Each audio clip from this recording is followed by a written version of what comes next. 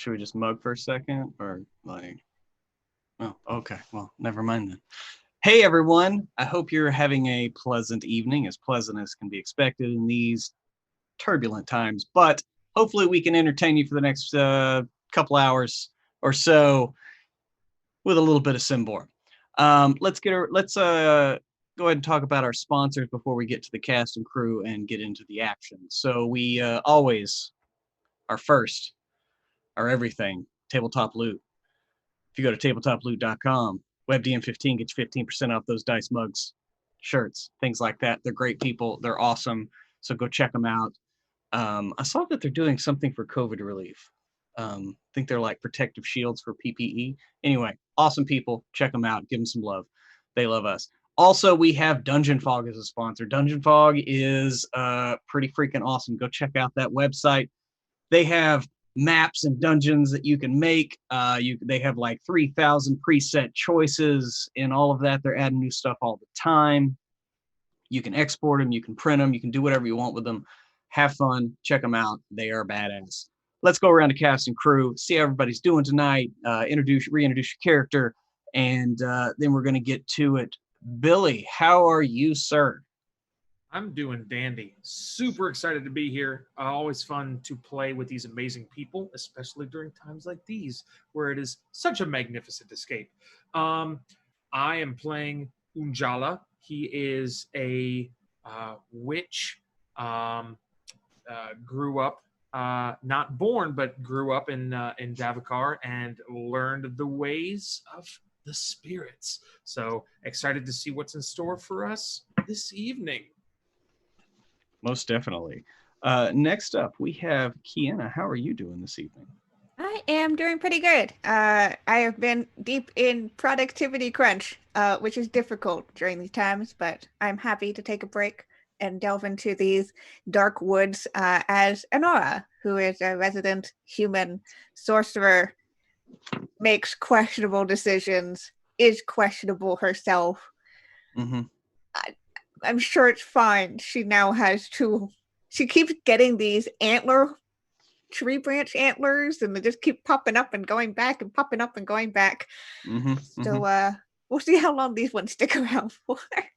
Yeah, it's gonna be interesting because that might start a conversation or something.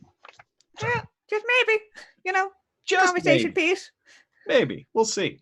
Next up, we have our man under the black light, ready for the unts. Greg, how you doing, sir? I'm doing well. I'm doing well. Nobody adjust your balance. I am supposed to be blue because I am playing Kiln the Changeling. Kiln is an archer. He is brother to Anjala. We are part of the Davokar landscape, and we are friends of the forest, or so we've led you all to believe. Back to you, Pruitt. Most definitely. And last but certainly not least, Emma, how are you doing this evening? I'm good. I am happy to be here. I've been caught in the throes of writer's block for the last 3 weeks or so. And I'm happy to be here and not be thinking about it so much. I am playing Sweetums. Sweetums is a beautiful baby who's 8 feet tall. Yeah, that's about right. Yeah, happy to be here. Oh, that's it. Greg's gone. He's back. And Greg cast invisibility, not his character himself. All right. So the party has been part of a peace march that is nearing its end. The peace march set out from Karos Fen, which is an establishment of the Ambrians, somewhat into the bright Davokar forest. And recent turmoil in the barbarian lands that they explore out of Karos Fen has led to this moment, which is them deciding to move towards peace as opposed to suspicion and war. Some of the players have been tasked to discover what's disturbing these rites. Some have been tasked to discover other secrets. But as you draw closer on this peace march, it is the evening before the ritual is supposed to take place, that being the dawn after the new full moon. And you make camp just south of the religious site, the area swept clean, prepared by Mama Banny, that of Sweetums' grandma. And camp is quiet, is uneasy with the turmoil that has happened on this trek, getting attacked by a troll, then other incidences that have happened, a traitor in the midst. A lot of people thought that this would not happen, but it is after sundown, the night before. And we go over to Honora. Honora, where did we find you this evening? As camp has been set and everyone is preparing for the ritual that will take place on the morrow. But tonight is the full moon. Thank goodness. We find Honora hiding out in the woods, and she seems to want to be recently. She goes off into the woods to do things. But yeah, she's in the woods, and she is setting up a ritual circle of her own. This one, pulling on bird bones and moonstones, and in the center of this very small circle, just enough to encapsulate basically herself, is this necklace, one that had been a topic of conversation before, and is a very powerful artifact that she happens to carry on her person. Mm-hmm. And as you are alone in the woods setting up your circle, you feel a presence behind you as you're putting the final touches on it, and you almost feel like breath on your neck, you would swear, but you turn and look and there's nothing there. And as you look back to your work on the other side of your circle, squatting, looking at it, he's looking it over, stroking his fine dark beard. It makes eye contact with you. He's like, I think that'll do it. Are you nervous? Are you nervous? And it is, of course, the man who set you on this, the man who you stole the necklace from, but Rio Coulter, sorcerer of the Ordo Magica.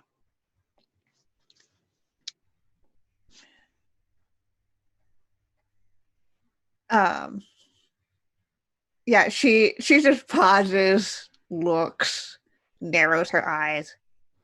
It's not my first time doing this.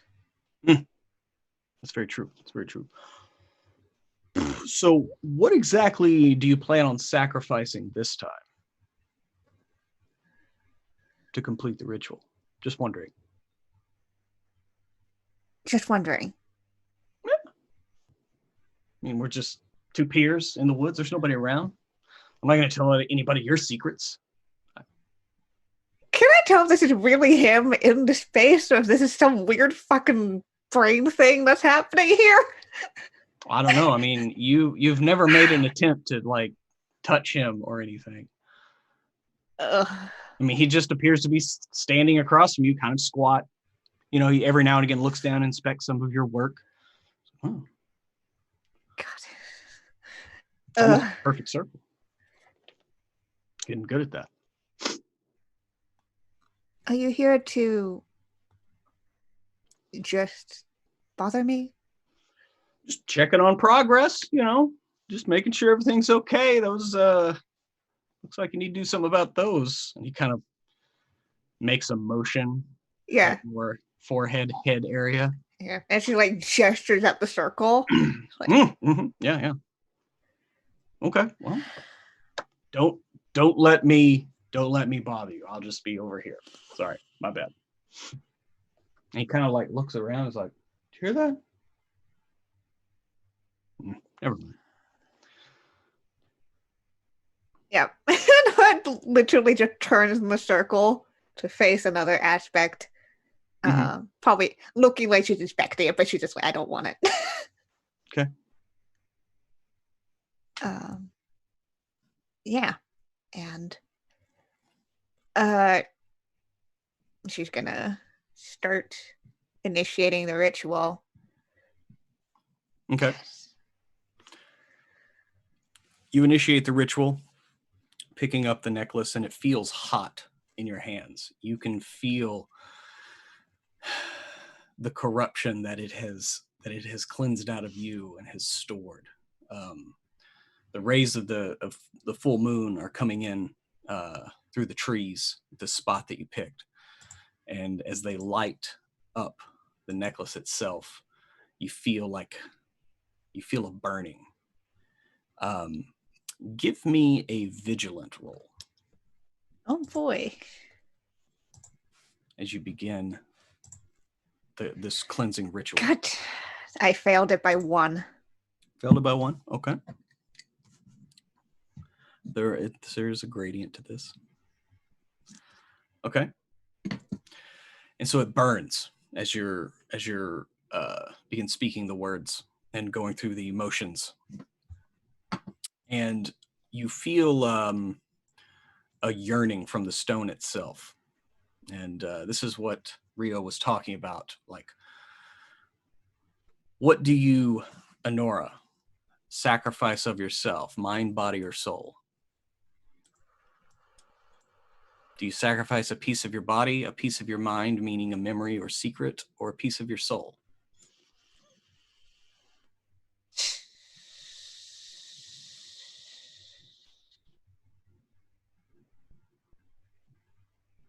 A memory. Okay, what memory do you sacrifice?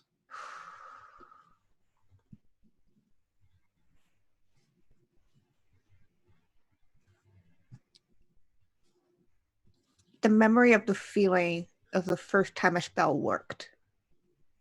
The first success that you ever achieved with magic. Yes. Okay. Then give me a persuasive roll with a +3 bonus. Cool. As you run through this memory in your mind and you feel it's almost like you're having a conversation with this stone. It doesn't feel like it has like an intellect or a mind, but it does feel like you are conversing. That's a crit fail. And you had a crit fail? Yep. Wow. Okay. How many of those have I rolled through this series? At least like 5 or 6. So as you are remembering the first time you ever cast a spell successfully, there's something different about the memory this time. As you were telling the story yourself, you telling it, and maybe it was some kind of fire spell or the boiling spell that you love, but instead of doing it to like an inanimate object or whatever, there's somebody there. It's your mentor. It's somebody that you know very well. It's Rio Coulter.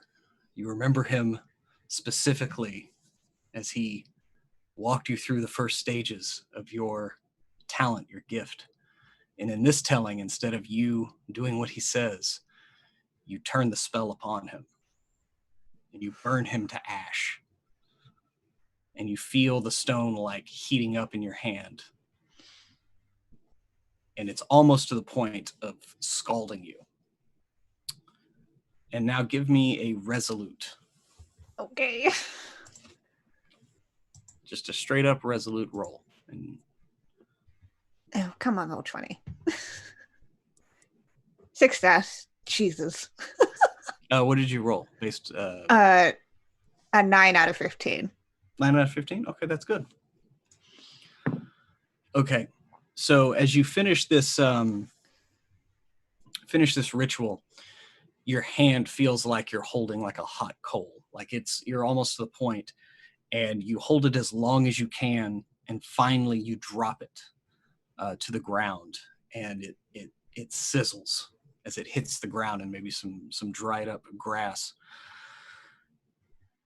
And you look at your hand and it's still like smoking, and you see like the markings of like a burn.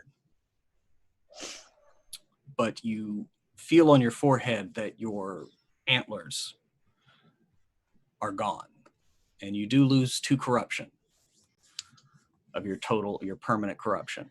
Good. Cool. But as you look at the necklace itself, it was a collection of small rocks and gems, right? Mhm. And one of them looks like it's permanently darkened, and just looks like where the stones had a kind of a shine and a life of their own.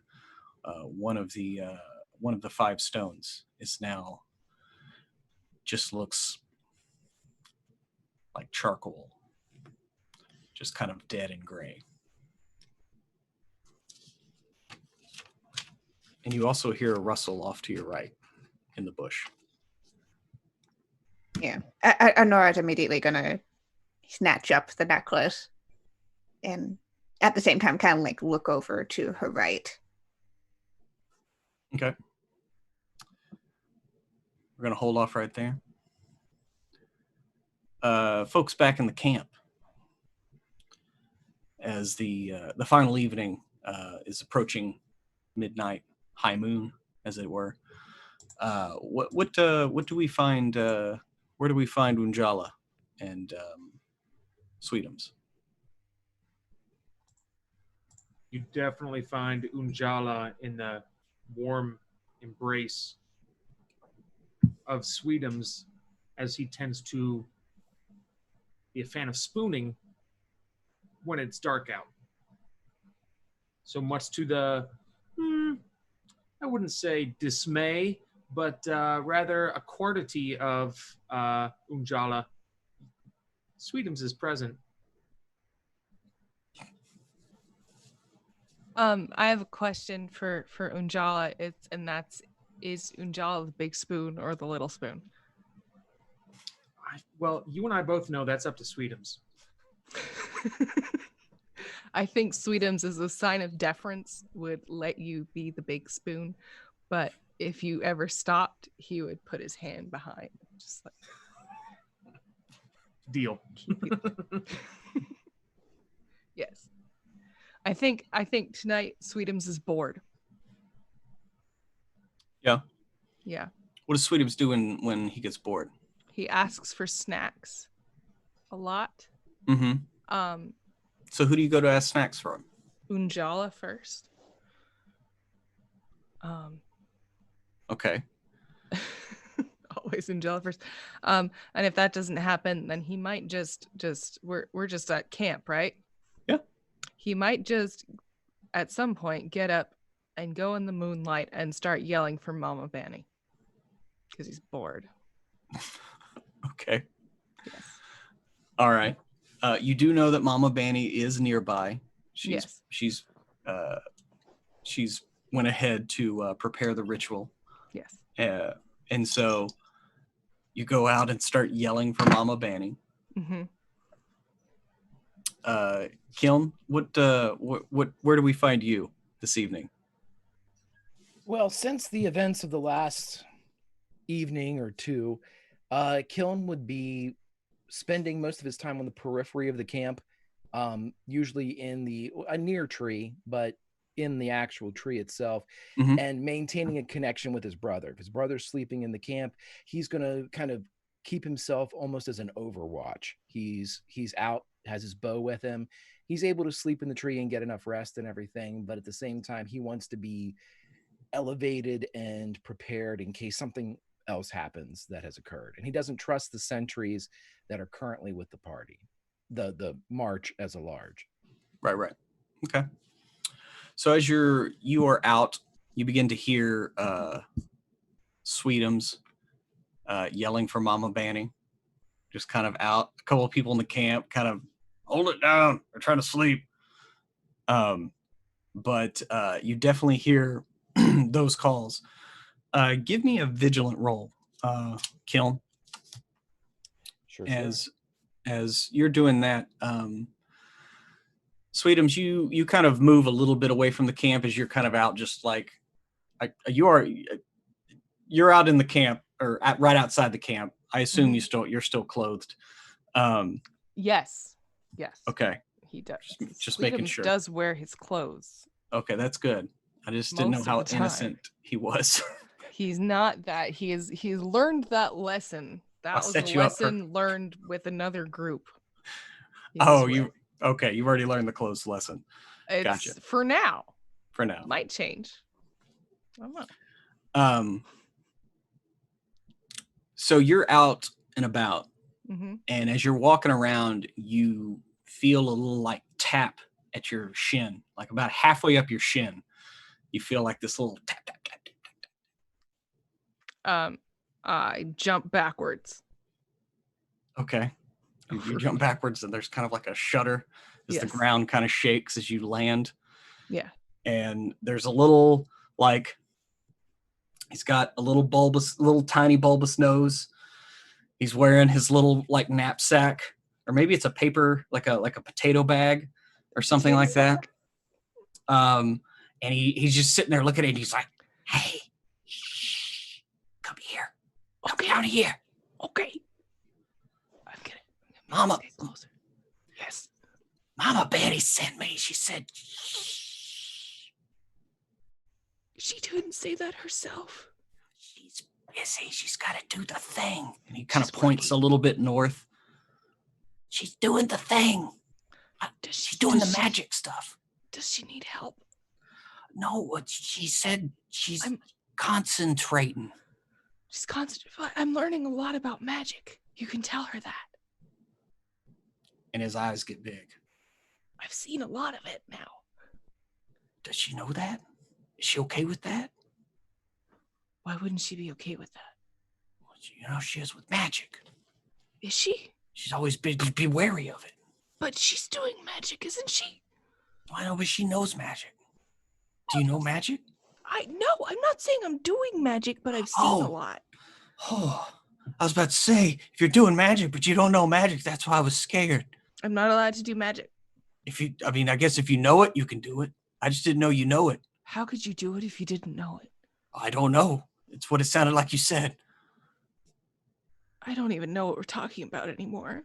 Well, here's the deal. What's the deal? And he kind of like looks over his shoulder. He's like, Mama Betty's worried. About what? Does she need a hug? No, she thinks there's something out in the woods. What kind of thing does she think is out in the woods? I don't know.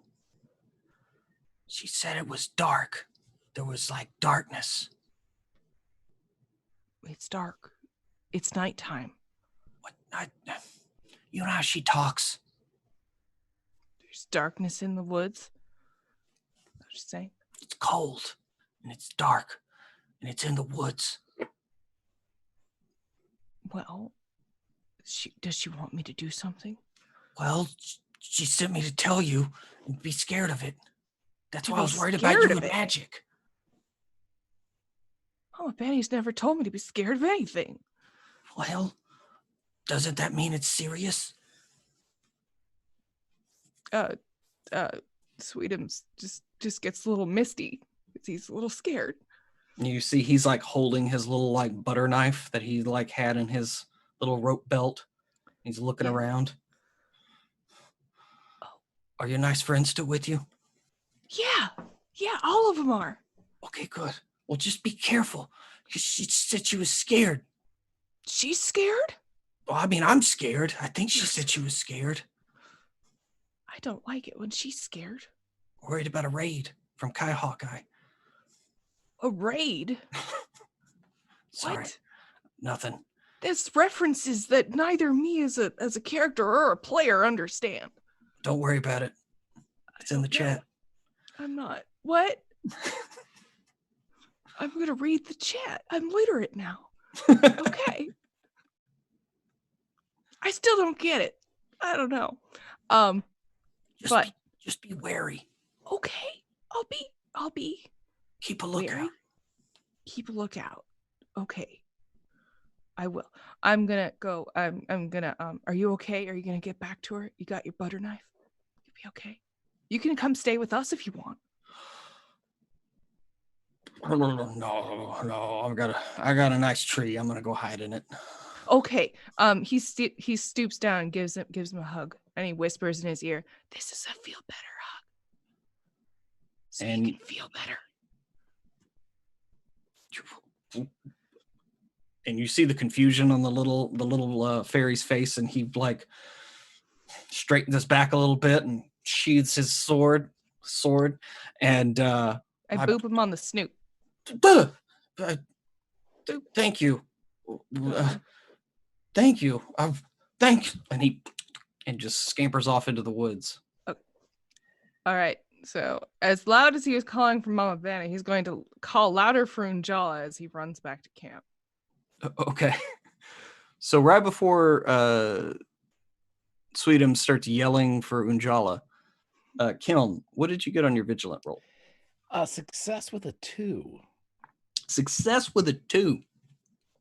Okay, you see two things coming from two separate directions, which with a check that good, this is what you get to see. You had already seen Honora kind of walk off into a small copse of the woods. You know, she does weird stuff anyway. But from deeper, closer to the river, y'all were kind of paralleling a small river that runs very, very slowly. Like boat traffic can go both ways on it because the current is so gentle. And y'all had been paralleling it heading north, and now the river has taken a turn east, and y'all are just north of that. So kind of that crook is just to the southeast of you, right? And so close to the river, you distinctly hear like something from the woods, like a scamper, a twig break, a scuffle, something like that, something moving closer. But simultaneously, you kind of catch out of the corner of your eye, coming back from camp, a hooded figure leaving part of the camp that you're pretty sure was where the priests of Prios were staying. But this figure is where the sound from the woods comes from the southeast. This person is kind of leaving camp, heading due east, and you just kind of see both of those things happening simultaneously as you're kind of looking around. Okay. So with the person that's leaving camp, are they heading towards the sound from the forest? I mean, it doesn't look like it. Okay. From where you are, like that's southeast. They're heading due east. It looks like they're going to run parallel to the river, but a little bit north of it. But you don't see them intersecting. Okay. I will communicate with my brother and say that I have heard something in the woods, something that sounds like it's coming towards the camp. Mhm. And then I will also communicate that somebody has left the camp towards the river, and I am following them. Okay. And that's what I'll do, is I will follow them. All right, Unjala, you receive these communiques.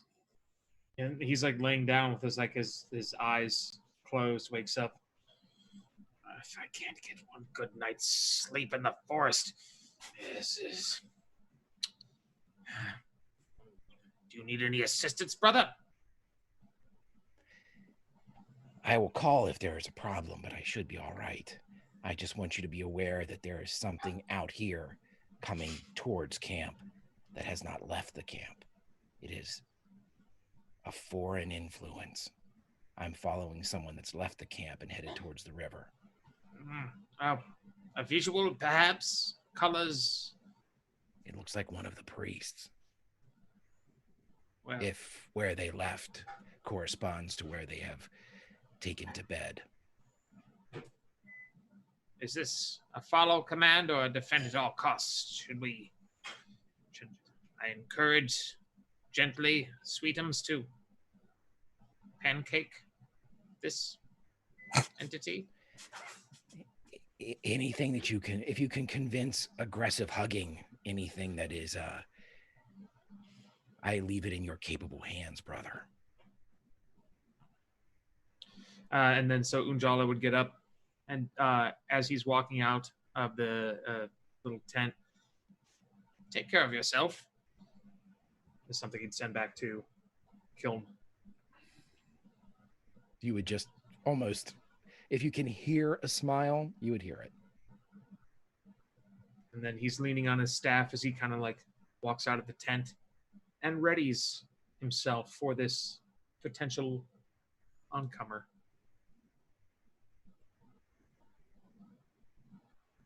Okay. Honora, you hear some rustling off to the side of you. In the distance, you think that you see someone moving through the trees, through the woods. Cloak figure.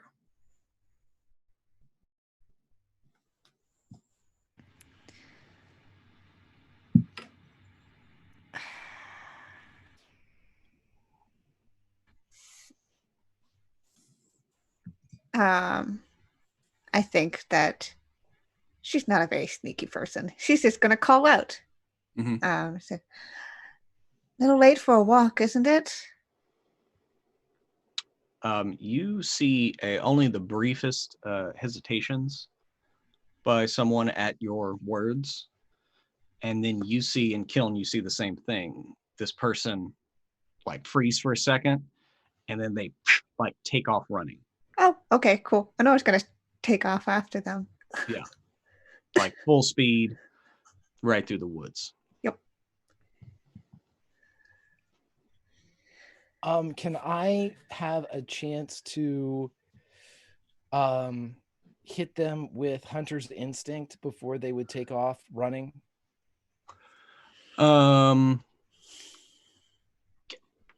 Give me a vigilant roll. This is at a -2. Okay.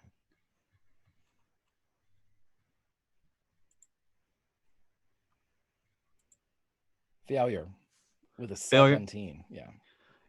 Like you had started to bring that idea to mind, and then that's when they took off running, and they dipped into the shadows before you could peg them with it, as far as reading their body language and everything. So this person is running light. You don't hear the clink of mail or armor. Kiln, you would notice that right away.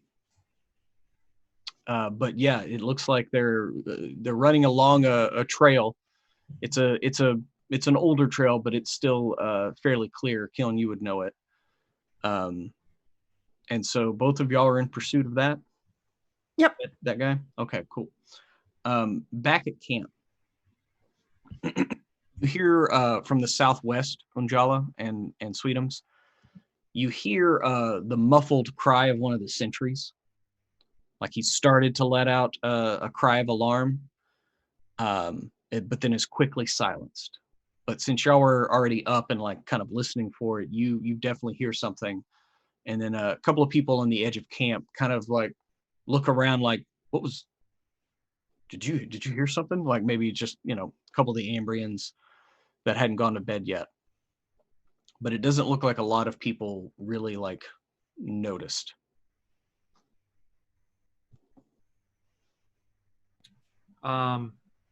So Unjala and Sweetums are near each other at this point in time. Mm-hmm. Well, Sweetums said that you were heading back to Unjala. Yes. Okay. So yeah, Sweetums is almost back to you. Sweetums, are you prepared to hug some strangers? Ujala, I booped a snoot, and there's cold, and Mom Vanny said there's darkness in the dark in the woods. Scary. Wait, can you one more time but slower?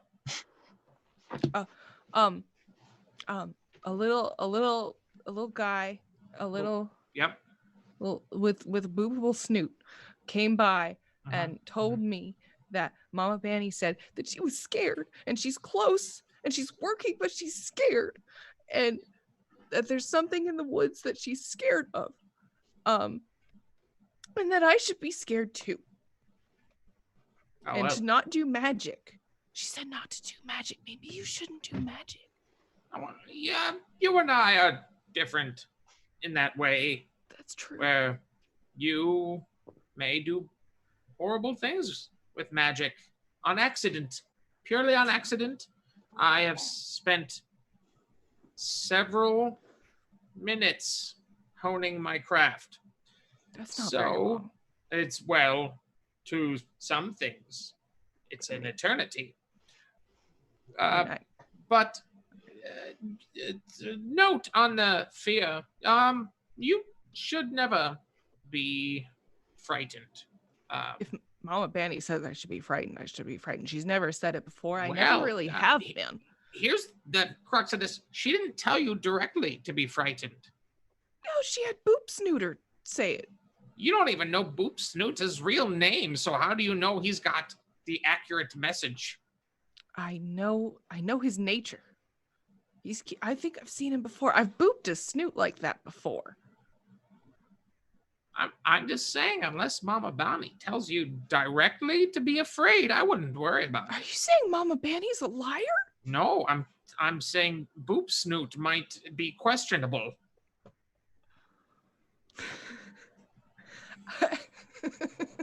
I lost it. I mean, it's what you think he's winding me up? I mean, you're pretty wound. It's not a difficult thing to do. But why would he say that Mama Banny said that? I mean, can't we just go talk to her? We could go talk to her right now. We can talk to her. How about we do that at a right now? In the morning. Right now in the morning. Where do you? That doesn't even make any sense, Angela. So we'll do it right now once the morning comes. It's That's the not- same thing. No, that's Angela. That's later. No, That's the same as later. listen, your opinion and my opinion, it's gonna be the same thing. I feel It's not facts. It's not opinion. It's facts. There's empiric evidence here. Wow.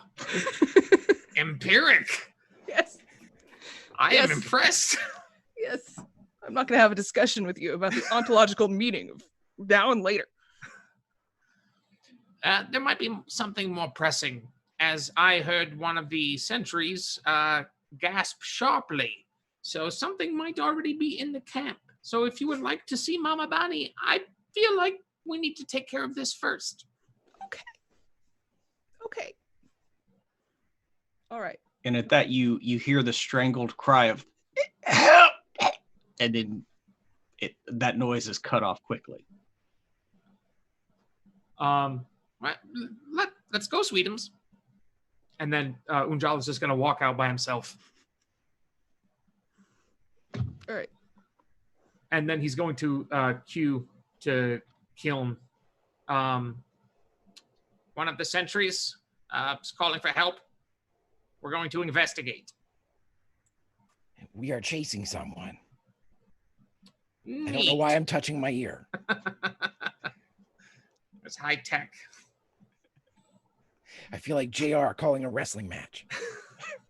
Time Catch as at- catch can. Right, I'm sorry. Go ahead. So Unjala, Sweetums, you head over to investigate the copse of trees where the sentry was. Yeah, as you draw closer, a couple more people from the camp are, they were kind of like mentioning to each other, like, did that seriously sound like somebody said something? They're actually like starting to wake people up as you're getting closer. In the woods, Kiln and Honora. At this point, wonder if y'all have noticed each other. Each of you give me a vigilant roll. Can I make a discreet roll to remain hidden? And Yes, I'm you only can. doing this. I'm only doing this to observe if somebody is trying to sneak up on her, because Okay. she already yelled out. So Yeah. So what would you Come on. like, both or? Here's my discreet. Give me a discreet roll. Honora, give me a vigilant. My discreet roll is +1, so it's a 4. And vigilant is a 2. Yeah, and my vigilant was a 9 with a success. Okay. You think you hear something, but you don't really know that it's Kiln. Kiln, you can see both you can see both Honora and this hooded stranger that's running, and you see him run very particularly around a couple of trees. So you notice this, and you've seen this. It looks like he's like trying to lead y'all through a particular spot. So do you, Kiln, do you keep quiet, or do you alert Honora? As it looks like you are both kind of plunging towards the same area. You're not positive what he's dodging, but you think that you've seen this trick before. You think Okay. that there's some kind of trap. Right.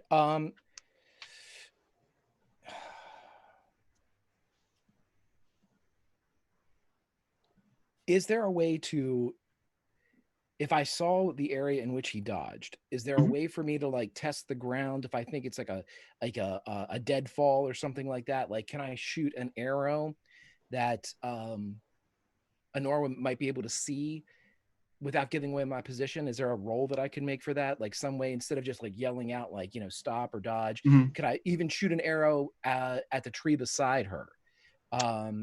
Just something to kind of. Yes, I would say, yeah, you can give me an accurate at this is gonna be pretty tough though. Trying to do this on the run when she's on the run. Yeah, so this is gonna be at a -4. Sweet Jesus. Okay. Okay, so I rolled an 8 out of 4 is a 12, which is still a success. Okay. So Nora, you're running and you're about to plunge between two trees. And you just all of a sudden an arrow that you know by the fletching is Kiln's. Yeah, definitely. You definitely probably are startled back, just instinctually of like, oh, an arrow just went by my head. Cool. Okay.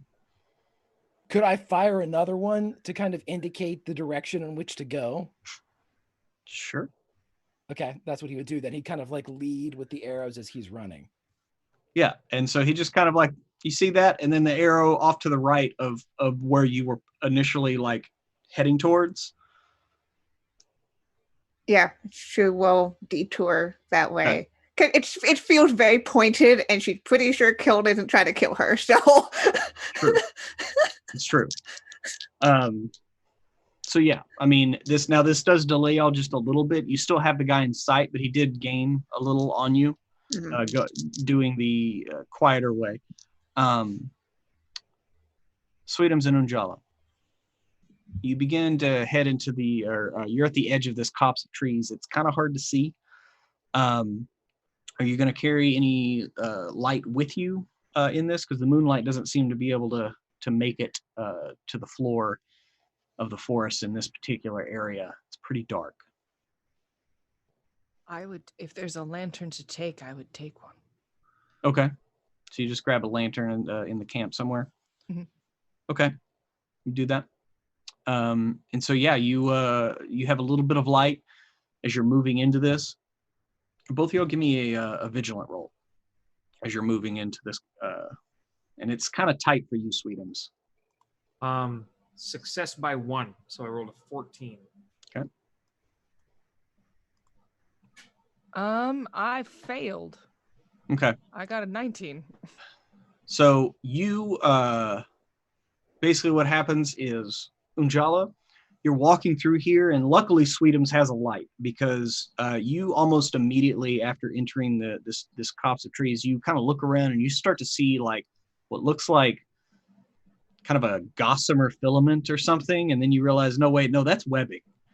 And so there's some kind of web here, and right as you're about to yell out an alert for Sweetums to look out, Sweetums, you step into a hole that is about as big as your foot. It feels like you stepped in like burrow holes of like burrowing animals and stuff like that, and you're pretty sure that's what this is, Sweetums. You step in the hole, but also as you put your hand down, your hand is stuck fast to the root of this tree. As you look and you see there's this white sticky webbing, and so yeah, your kind of left leg is in a hole up to the knee. Your left arm is kind of stuck, and you're holding the lantern with your right hand.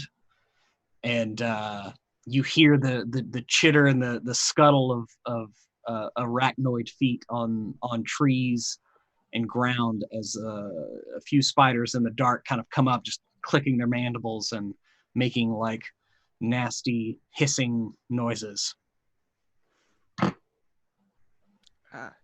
Sweetums will be like, John, I don't like spiders.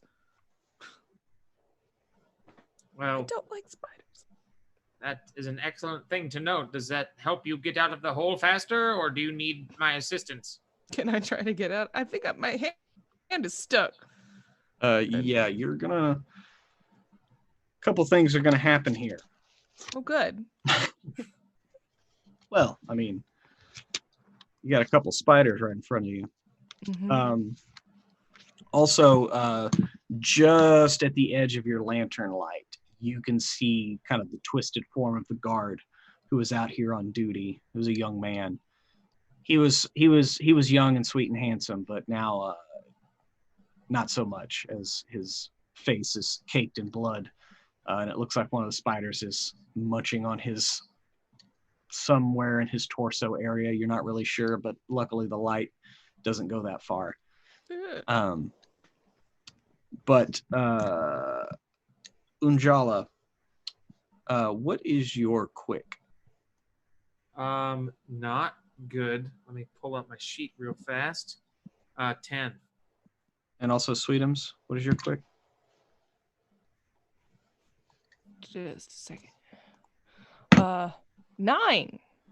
Ooh, even slower. Oh wait, no, it's a little bit quicker actually. Yeah. Actually, that's slower. Sorry. Yeah. It's slower. It's slower. Well,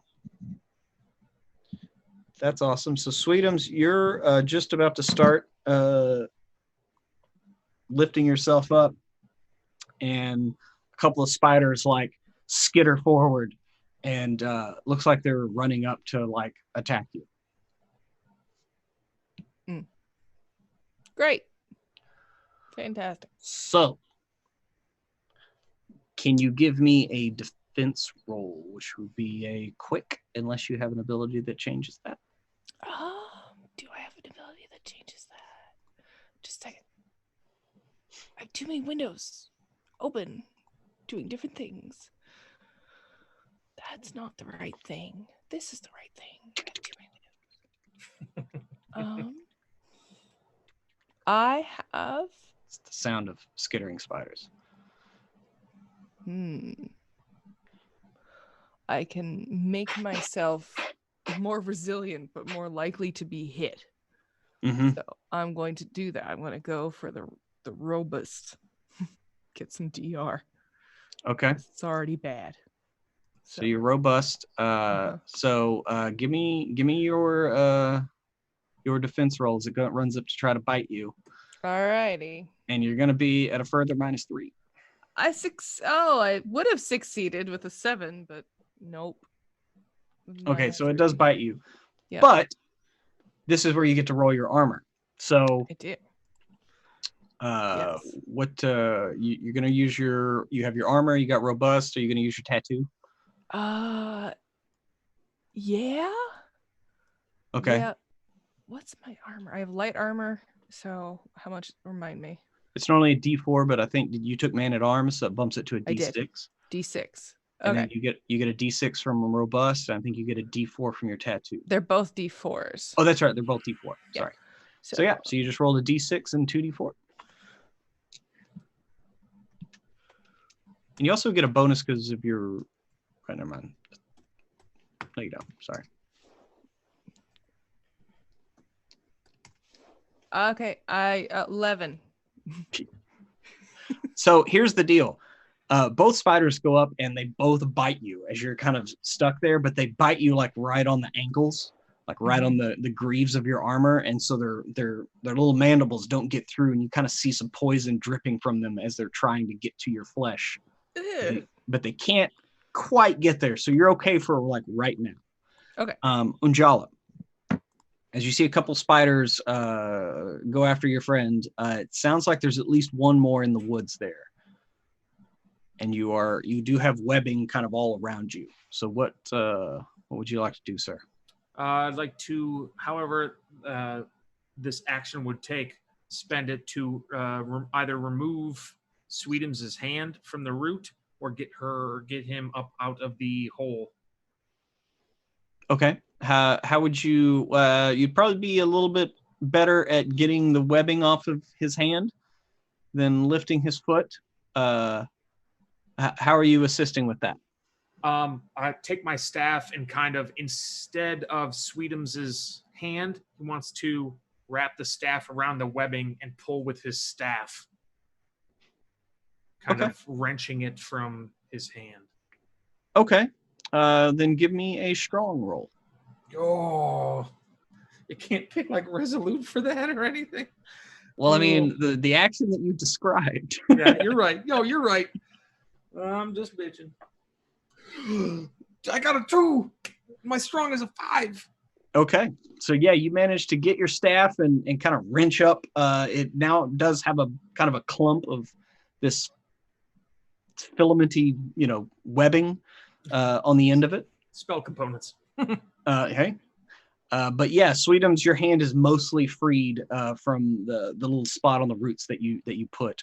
And it is your turn as you're kind of stuck, your foot's in this hole and your hand's on this root, but Unjala just got it out for you.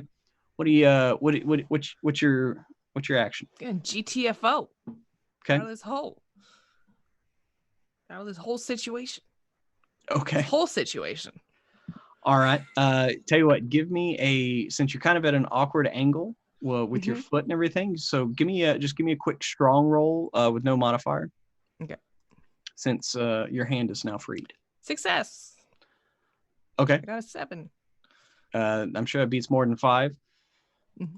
Okay. Well, in that case, you managed to rip your foot free, and you kind of like come down. Your foot comes down on the ground right next to one of the spiders. You can get a free. Like, do you want to step on the spider accidentally? Accidentally? Is it really an accident, Pruitt? Well, I was gonna have you do that, but then I didn't want to force your character to kill another living thing. So I was giving you. I didn't want to take player agency away from your well, character. No. What I'm currently considering is like, if he is a fucking baby, does he care about insects, or would he, pull their legs off them without a second thought? I have no idea. I don't know. But I think if it is truly an accident, I'm fine with him smushing it, pancaking on accident. Yeah, I mean, to me in my head, comedically, it's just one of those things where you like, and you step down. I mean, really, accidentally, could I set the webbing on fire? Well, I don't know. Give me a quick roll as you wrench your foot out of this. I'm poor at that. I know. It's a high chance of you failing. I succeeded by 5. You succeeded by 5? Okay, here's the deal. You managed to not step on the spider as you pulled your foot out. But because of that, you kind of landed off balance. And so you don't fall over, but you fall and your lantern like hits the ground and kind of breaks and immediately sets the surrounding webbing on fire. Yep. Yeah. Sweetums says, oops. Oops. Darn, Okay. Butterfingers. Okay. So the surrounding webbing right in front of you immediately catches up. Unjala, you're on the other side of Sweetums from that, so you're protected right now. Let's cut back to Kiln and Honora. You're crashing through the trees here. The guy got a little bit of distance on you when you were trying to warn Honora. It looks like Kiln. I'm assuming that your quick is higher than Honora's, or is it? My quick is a 14. Yeah, and mine's a 10, so. Yeah, that's what I thought. Okay. So, Kiln, you can see that this guy starts breaking towards the river.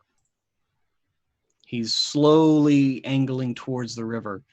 And he seems to like know this area. Like you've been in this area around Kairos Fen quite a bit. You know these trails. And you know that the trees kind of thin out as the river branches east. And this guy seems to be taking advantage of that, staying in the moonlight so he can see where he's going. But that's what you notice. What would you like to do, sir, as you continue to chase him? If he's within sight, can I drop Hunter's Instinct on him? Because that would allow us to drop back and I could still maintain my knowledge of his position. Yes, now you can. You can get your Hunter's Insight on him. Yeah, he's going to drop that on him. And then if he can kind of pull in lockstep, step for step with Honora and just be close enough to be, I know where he is. Okay. Well, good. Suspicious.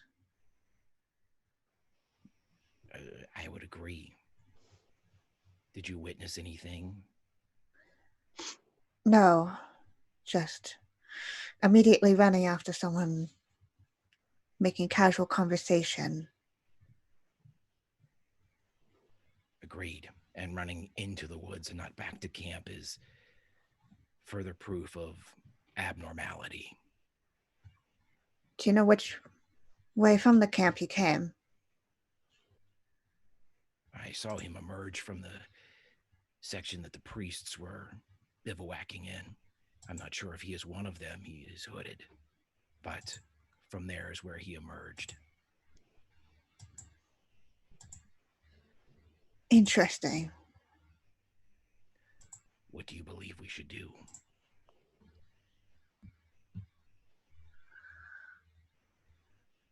You said that you know where he is without seeing him?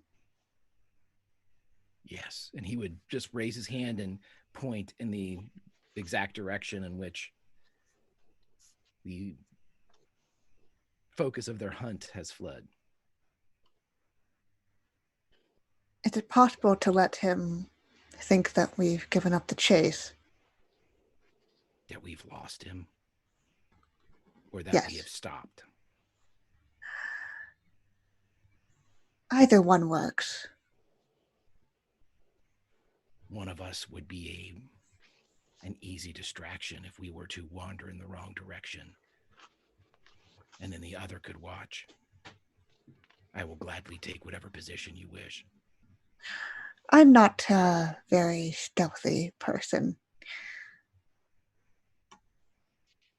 Don't sell yourself short. I know where my strengths are. And from observation, I think I know what yours are too. You flatter me. So, let him think that we've lost him, maybe. And then just manage to catch him when he's not expecting it. Should we set a trap? Perhaps at the river, he seems to be running its course. Depends if we can get ahead. I'm sure that we can. especially if he keeps looking over his shoulder. They keep looking over their shoulder.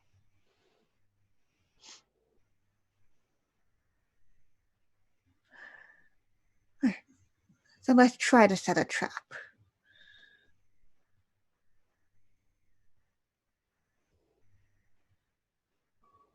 Very well.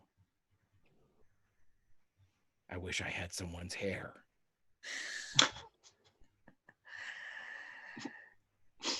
Well, maybe we'll get some if we apprehend this person.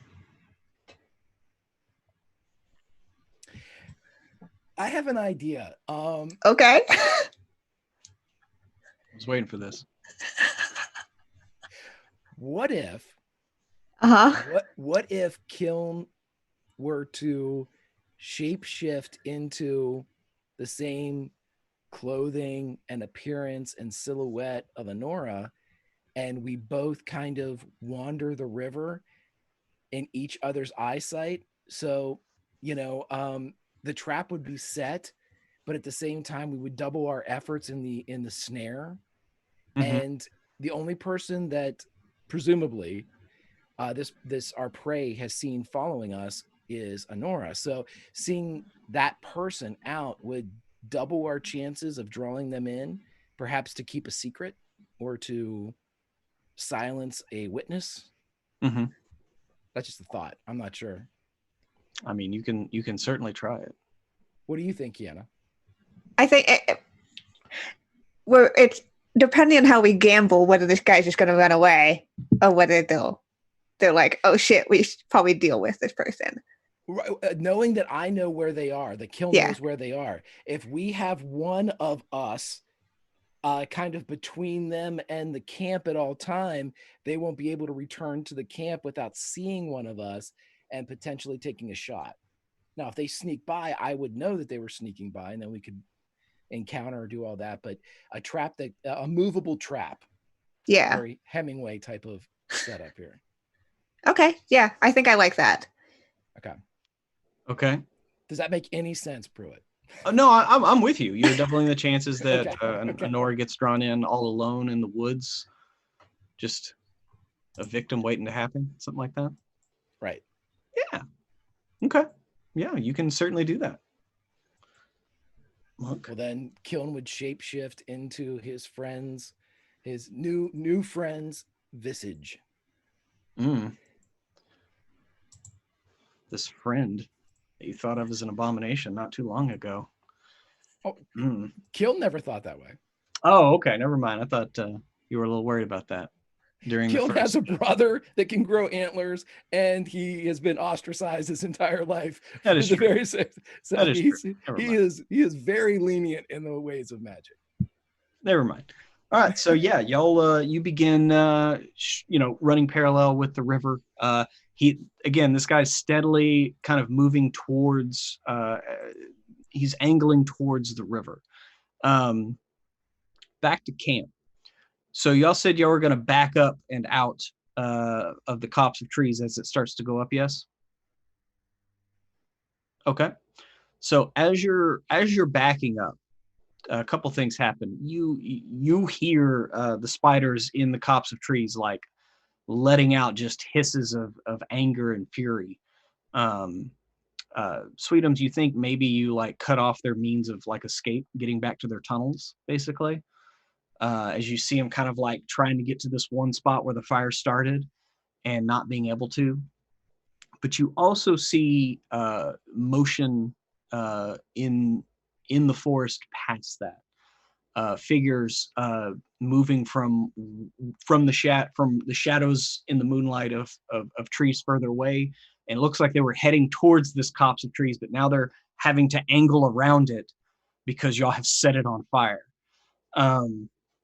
But these forms are small. They're kind of floppy footed. They have kind of big spindly hands. And you're not quite sure that you see like kind of the red pinpricks of eyes that can possibly see in the dark. But Sweetums, you definitely see something moving around the trees that was heading like straight towards them, but they're definitely heading towards the camp. Sweet googly moogly. What is that? In character. I'm not sure. I couldn't tell. I sure don't know.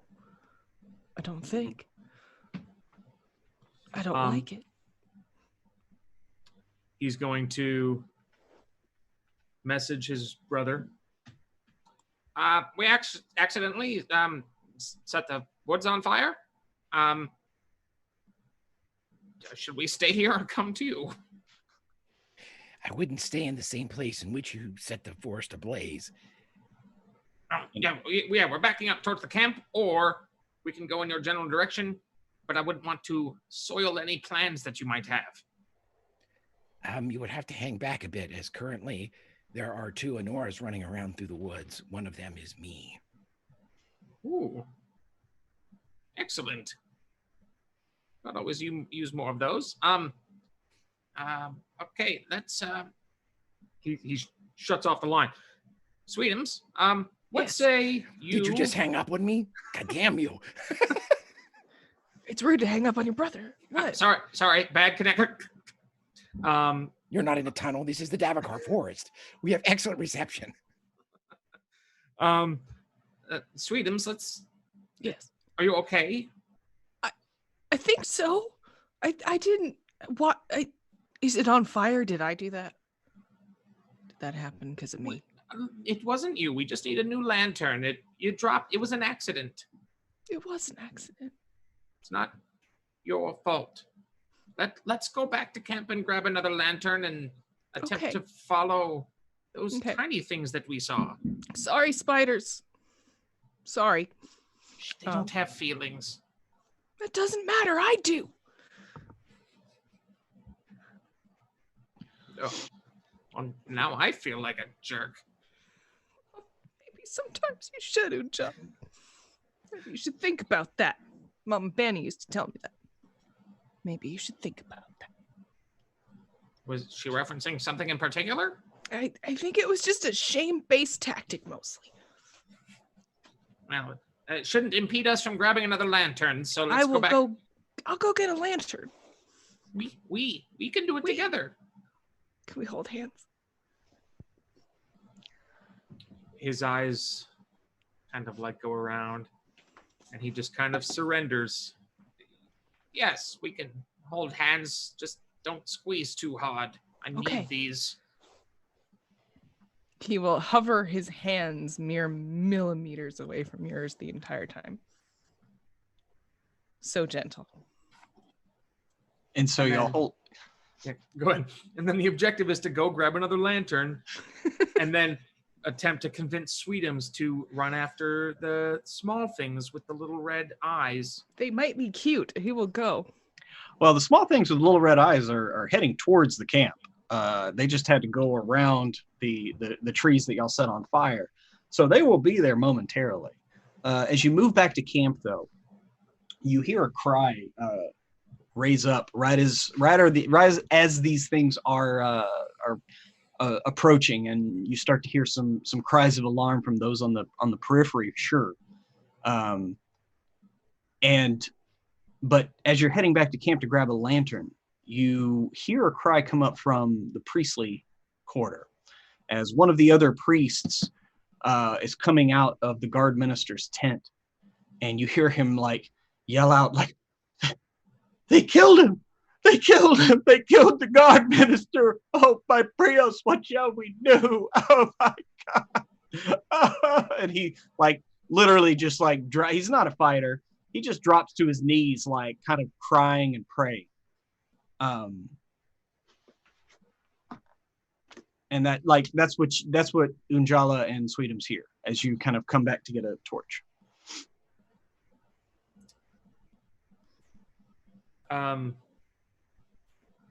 Where's our sight line of these little things at this point in time? Sightline of these little things, since y'all turned around to head back to camp, that copse of trees that's burning is like right behind you at your 6, right?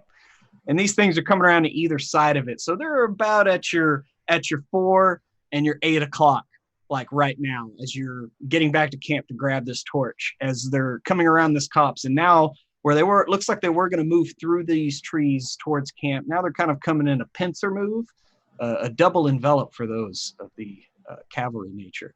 But that's where they're headed now. And you can clearly see what they are as they kind of round the corner. And you hear the first cry of, "Goblins! It's goblins!" And the priest from deeper in camp is still screaming, "Oh my God, they killed him!" So that is the scene for you.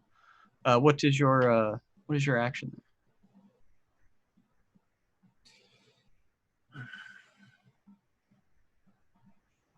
Sweetums, Jolly.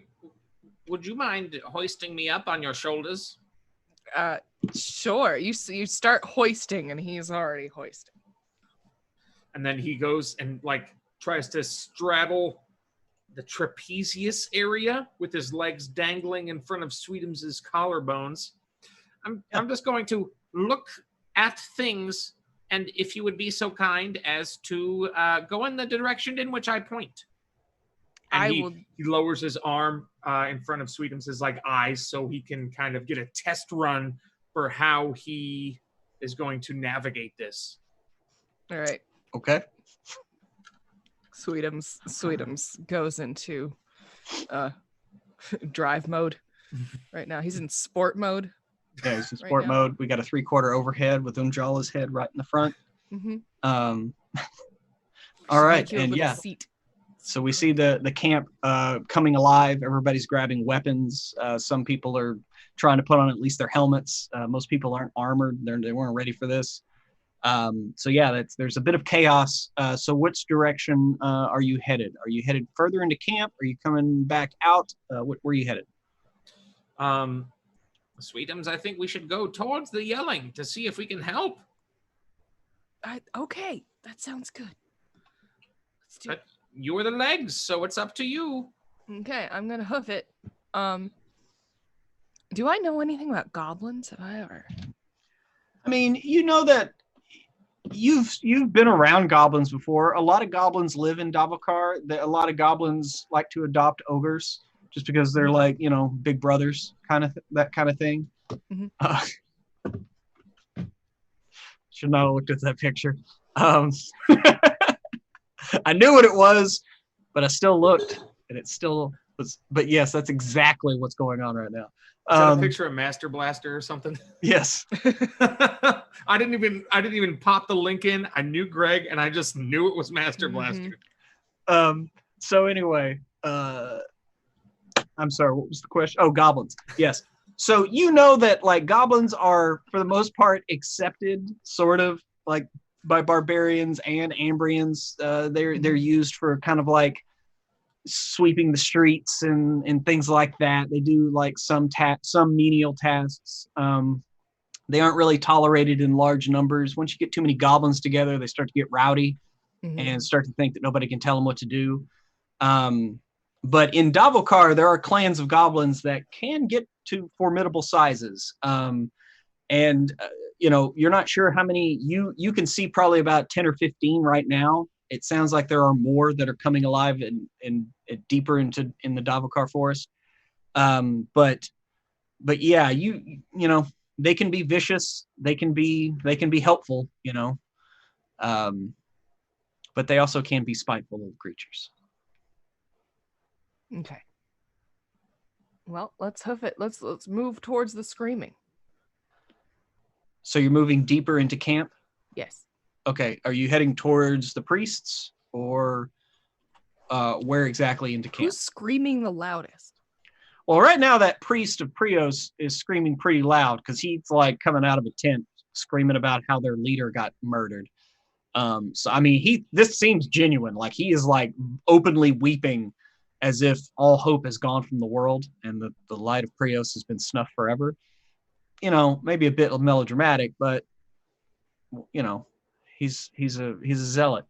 But there are screams from the periphery of the camp itself because they have noticed that these goblins are coming to attack. And so, the perimeter of the camp is coming alive with defenders moving to their posts, people knocking arrows, shields being ready, things like that. But it is a chaotic response, right? So they haven't established like a wall yet of men. And so, there is a bit of chaos. So, you do have a chance to go kind of where you want right now, whether it's to help defend, whether you want to go join Kiln, you want to go check out the priests, you just want to run at the goblins, that's up to you.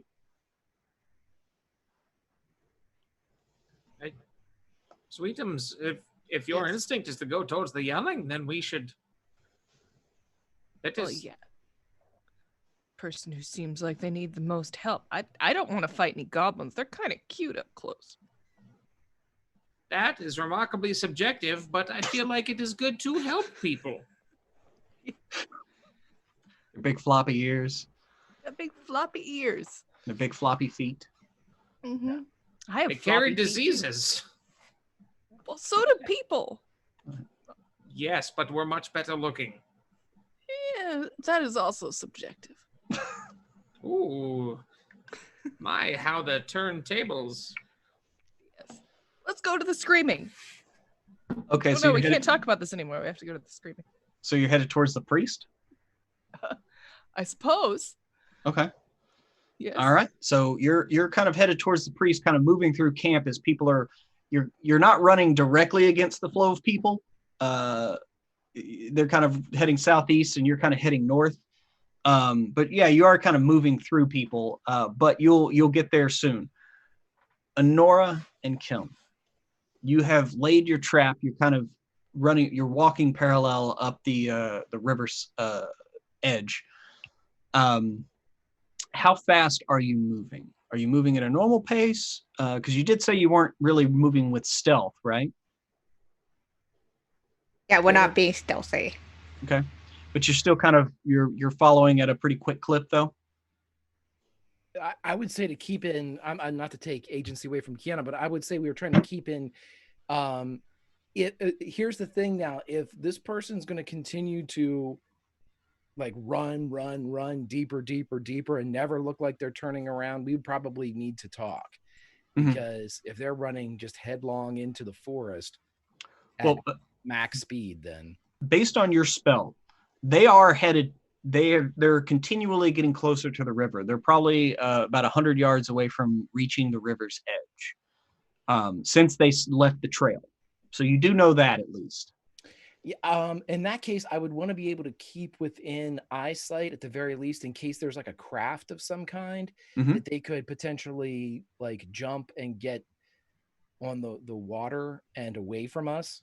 You mentioned this is a pretty wide river because of its gentle current, correct?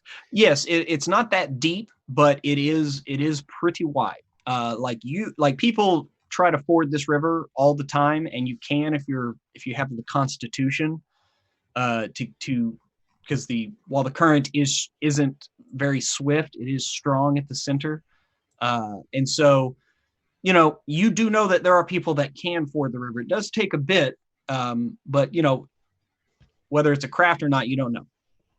But you will, you're drawing closer as you continue to chase. And go ahead. I'm just going to fly casual. Okay, just flying casual.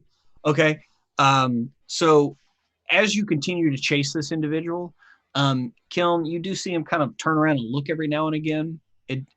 Whether or not he continues to see one of the Honoras, you're not really sure, but he hasn't really broken his pace that much. And after, about 100 yards, he does get to the river's edge. And you feel him kind of stop for a second, and you kind of break out of from behind a tree, and you clearly can see him. It looks like he's dragging a small craft that was in the bushes. It got caught on a thorn bush, and he's kind of cussing under his breath. And he pulls the craft free and has got it moving it towards the river.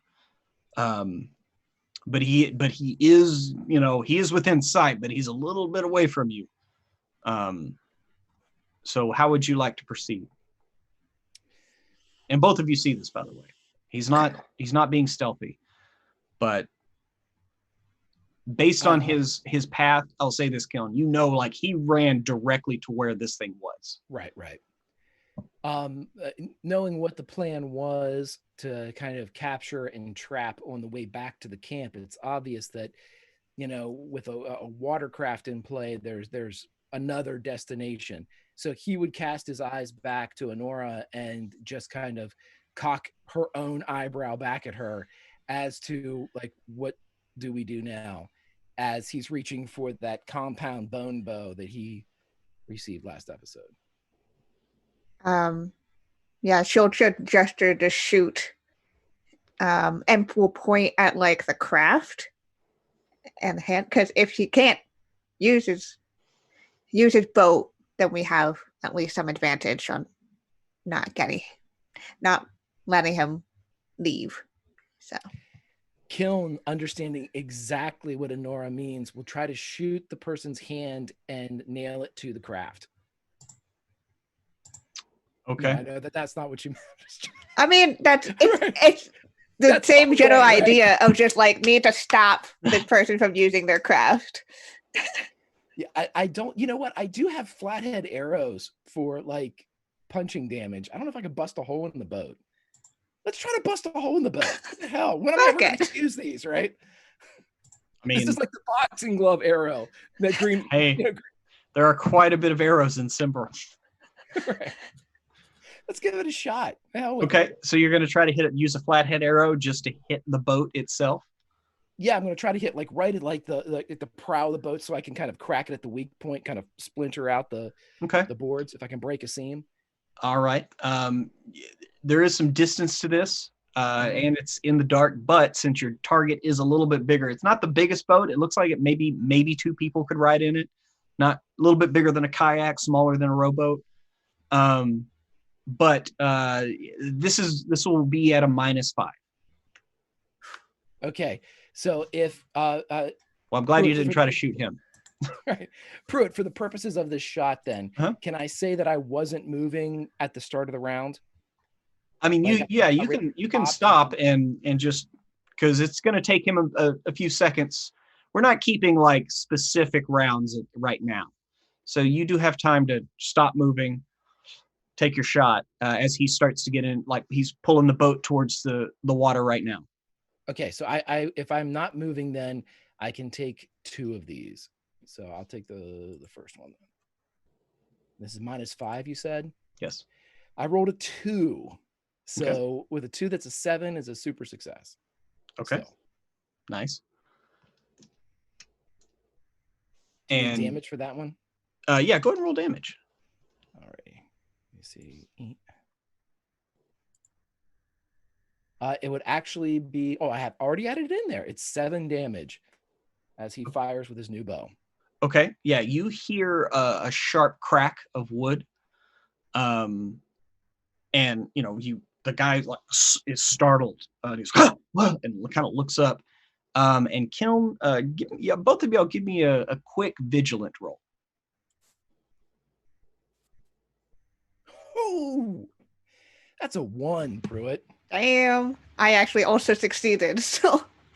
So yeah, because of this, I mean, you've seen this guy kind of looking over his head, but his hood was well and deep, and you know his face was shadowed. You couldn't make out any details.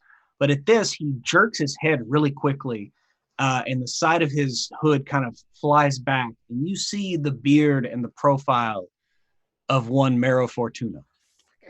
He does not. He clearly doesn't have his armor. He's worn his armor the whole time, and he makes him a little bit larger than life. But the physique, the outline of this person is much smaller. I mean, not sparse as a man, but he's not the imposing figure that he's been up until now. But it's clearly his face, and he kind of like looks, and he looks down, and he kind of cusses a little bit, but he continues to pull the boat into the water. Can I take another shot since I have a second shot to see if I can just absolutely sunder this craft? Yes, you can. Okay. I want him riding logs.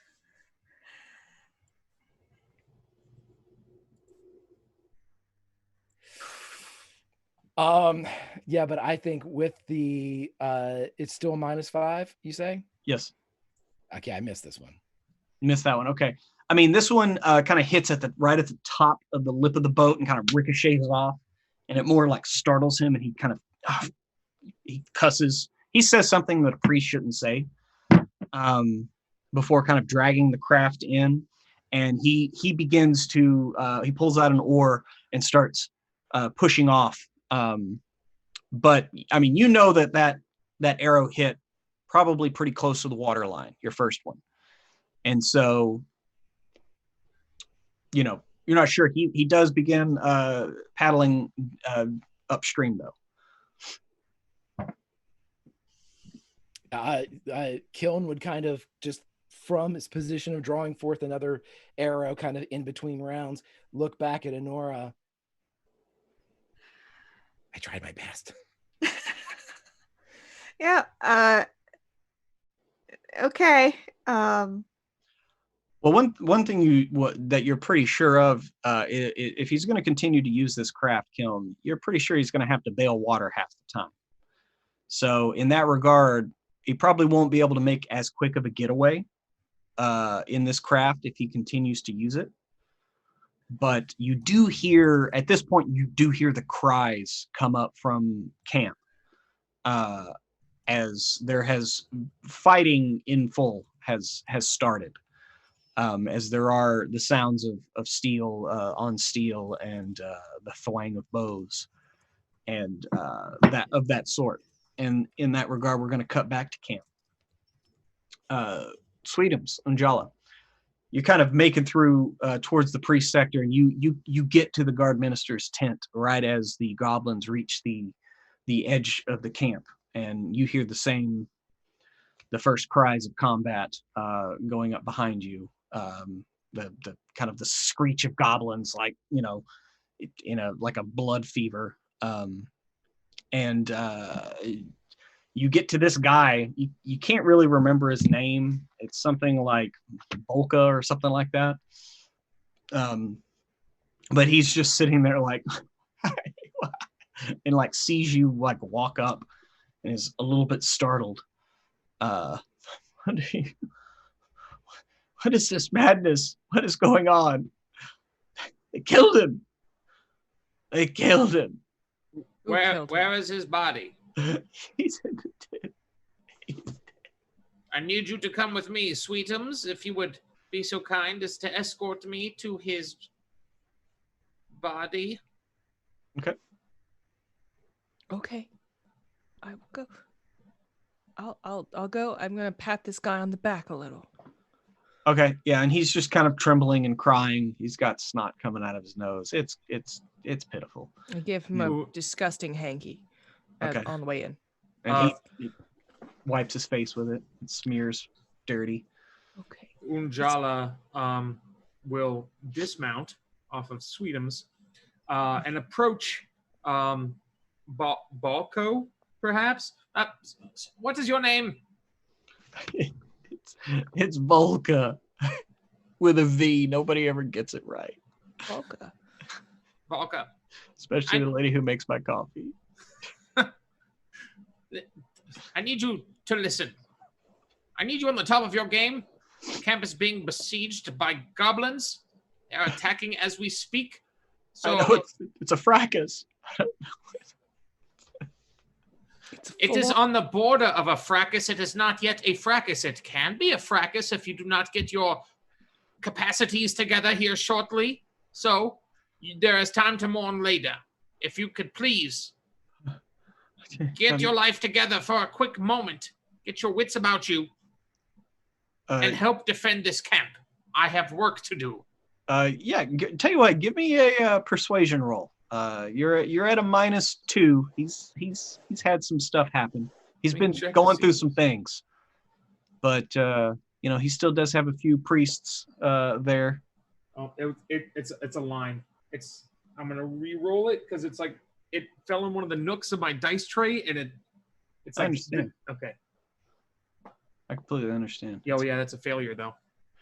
It's fair. Yeah, he's just kind of like, without the guard minister, who's going to lead us? I've never been in combat. He held us out of the last fight. And then he just gives up. He's like, I need you to walk out of this room right now. I'm outside the tent where there's no room. And he just kind of steps away from you, confused. Okay. Unjala wants to walk in and observe the scene. You walk into a rather Spartan tent. He doesn't have a lot in possessions, but he does have a pretty nice cot. But there is somebody laying there in the armor of the guard minister with his with all of his regalia and everything. And as you kind of look over the body, it looks like the guard minister, but you get to the face, and it's a bit smashed in, and there's like the kind of the remainders of some kind of spiked club, just kind of still sitting there, like in his facial cavity area. You. Do you want to take a closer look at the club itself? Yeah, absolutely. Mm-hmm. Okay. Give me either, I guess, would be a cunning or anything to do with Vigilant? Yeah, you can do vigilant, sure. That's a 9 out of 15. Okay. The one thing you notice about this spiked club, it's of goblin make, or it looks like it's of goblin make. Mm-hmm. And was there a struggle in the room at all? Were things disturbed, or was it like a fast hit? With that vigilant, I would say that it doesn't really look like there was a struggle in the room. I mean, these tents, they just kind of sweep the ground clear a little bit. There doesn't really look like there's any scuffles. The blood spray isn't like all over the tent. It's just kind of where it is, near the bed. Mm-hmm. And I want to ensure in every capacity that this person, while being having his face smashed in, is no longer breathing at all. Oh, no, they're dead. They're quite dead. Okay. You've been around enough of the dead, you know. Sweetums, if you would be so kind. Do you need us to start taking our clothes off again? Not There's a dead person. Not this time. I was just. Oh. Now that we're getting closer, I wanted to tell you that I just did that to be an asshole last time. You don't really need to take your clothes off for rituals. That's pretty funny. I know, right? That's pretty good. But I just thought you liked getting naked around dead people. That's quite the assumption. Okay. Well, moving on. We need to keep this scene as it is. Yes. So, no matter what happens outside of the tent, you and I shall remain here and make sure nobody disturbs the body. Okay, we're staying in the tent. We're staying in the tent. Can do. I can do that. All right, well, let's get in some sort of aggressive pouncing stance near the lip of the tent. So if anybody comes in, we can scare them. Ooh. Oh, I was just gonna sit and get some snacks, but that makes sense. I'll scare somebody. Yeah, we can eat snacks after. Okay. Together. We've never eaten snacks together. That's gonna be great. Okay. It's gonna be the first time. We'll have to draw it in the sand and remember it in our brains forever. Yeah, sure. Let's go for it. Let's do. Okay, so I'll be ready to pounce. Literally, he's gonna. Okay, so you are gonna stay in the tent, or are you gonna be like where you can see out of the tent? Can we have the lip of the tent open and be inside the tent? Yeah. The only problem with that is his tent, the lip of it is kind of faced away from where all the action is. So you can't see if something came all the way around the tent and came in, yeah, you'd see that, but you can't keep an eye on the action, just so you know. I guess in some political willful ignorance, I feel like is a valid thing when dealing with powerful people. So we're going to be willfully Unjala will be willfully ignorant. Yeah, that's my whole Sweetums. character concept, so we're good there. Okay. Well, you can definitely hear the sounds of fighting coming from outside the tent. And it is drawing slightly closer. Kiln and Honora, out in the woods, chasing this mysterious hooded figure that you think you're pretty positive you know who it is. He is currently making his escape via the river. What would y'all like to do?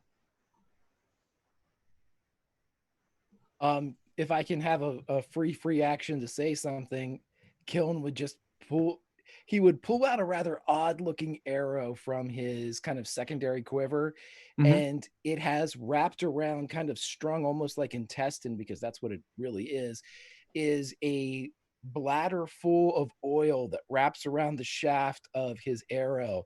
And there is a very almost comically large wick that kind of comes off the top that's cloth. And he would be able to, at that point, kind of like produce flint and steel, and I can make them explode if we need to. You have grenade arrows. Straight up grenade arrow. That's incredible. Listen, I embrace the archer thing. I didn't realize I'd be like, this would be called into use so quickly. I'm happy. Yes, I do have grenade arrows. Okay. And I was gonna look, probably raise a brow. Unless you have something subtler. I Fortunately, nothing as direct.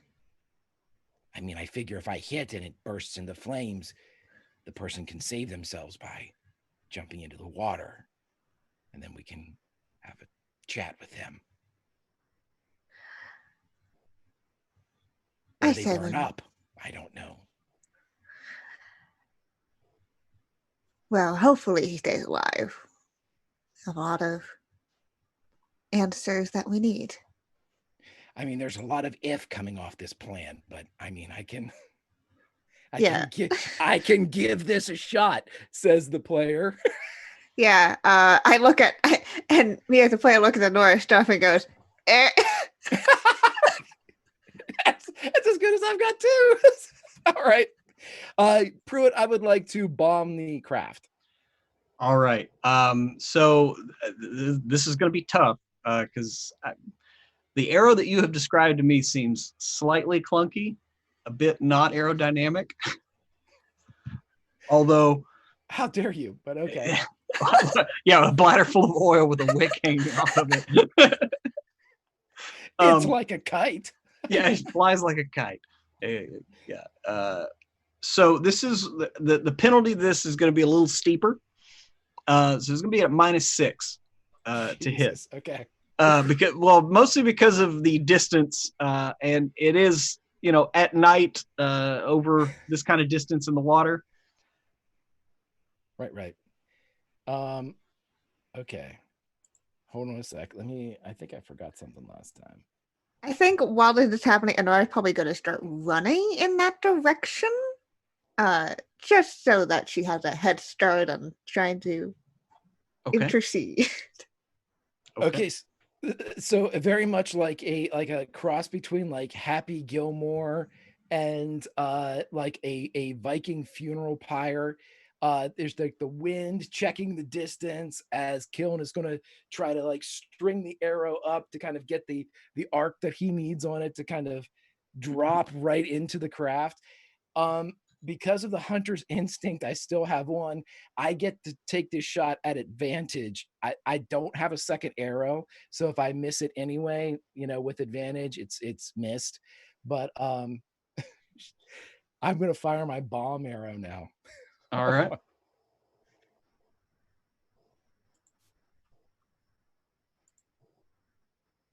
First one's a super failure.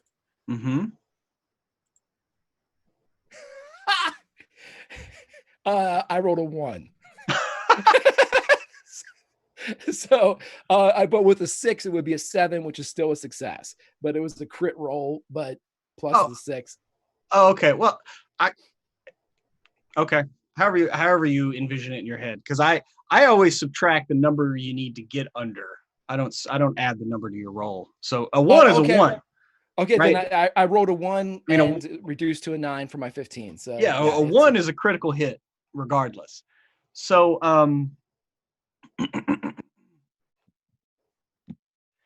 here's what happens. You literally drop this arrow right in front of where this Mero Fortuna is rowing, and it explodes like in his lap. And much like a Viking funeral, he immediately begins to clamber and scream as he pretty much just catches on fire. And he tries to like fall over the boat, but whether it's the fire that has burned out his eyes, you're not sure. But yeah, he literally just roasts this guy, and he finally like falls out of the boat as it capsizes. And then after a minute, the boat slowly starts to come back downstream towards y'all. Yep, Honora is running towards where he fell into the water. Okay. Kiln has a mixture of I can't believe that just worked and holy shit that worked way too well. Mm-hmm. But it's still pride. Yeah. Yeah, I know I had like probably glances back, sees the expression, like gives him somewhat of a like raised brow again, but he's still running because he's like can't lose any time on finding this dude. He So, would yeah. yell out, "I'm glad you saw that."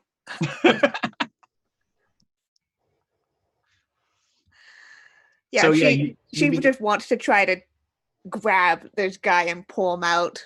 Okay. Not necessarily to save his life, but kind of to save his life so we get information out of him and not that he's super dead, hopefully. Yeah, hopefully. So yes, you begin to move towards a little upriver and towards the water's edge. And as we cut back to Unjala and Sweetums, who are waiting in Mero Fortuna, the former Mero Fortuna's tent. And you're waiting, and you hear the cries of combat. Mm-hmm. You hear men dying. You hear goblins screeching and dying. But you're almost just sitting there like, oh well, maybe we'll be fine. Maybe we're far enough in. Until 2 goblins come running around the tent, and like 2 goblins like come around the edge, and they have their crude clubs raised, and they look around and just like ah! And kind of bark out surprise as they see an ogre in this tent where, I mean, you take up about half the space in the tent, Sweetums, and yeah, you're just kind of like hunched under inside of it. The second I see them, I'm going to scream my most terrifying scream I can possibly scream. Scream the impossible scream. Okay. Yes. That's All right. Well, I tell you what, you can give me a strong roll, because you're just letting out a roar here at them, and you're not using words, so it's not persuade. I also rolled a 1. You did. Okay. I critically screamed. You critically screamed. Well, in that case, Unjala, I'm gonna need you to give me a resolute test. Since you're at ground zero. It is It's a terrifying when a 20. baby screams. I rolled a 20. You rolled a 20? Unjala must at least poop his pants. So Unjala, you maybe weren't prepared for, I mean, maybe you knew, like, because y'all did say we're just gonna scare him. Yeah. So you knew that, you know how Sweetums likes to scare things. He yells at it. But you've never been in such an enclosed canvas space with that noise. And like literally, Sweetums finds the brown note and like screams Oh, a scream that hits you right in your guts, and you actually feel like one of your ear drum closest to Sweetums burst, and you feel the hot trickle of blood coming out of your ear. But you also might have pooped your pants a little. So, you know, you don't pass out, but you black out just a bit from the noise. One of the goblins just falls over. It doesn't, it's not moving. It's not moving at all. The other one is like basically it as if a force hit it in the face. It just fell over backwards, did a backflip, and just kind of scrambled away with just pure madness and just runs in a random direction. Okay. So yeah, that's what is going on in the tent. And Sweetums, you think you smell something stinky. You're not sure what it is though. He's gonna sniff. And he's just gonna look at Jones. Is that you or is that me? He's going to look at you with wide eyes, and it's like, it wasn't. It was the dead person. And then cast his glance off over there, and then look down to the ground, ashamed. Sweetums will just look at you with a knowing look, and hand you his tertiary hanky.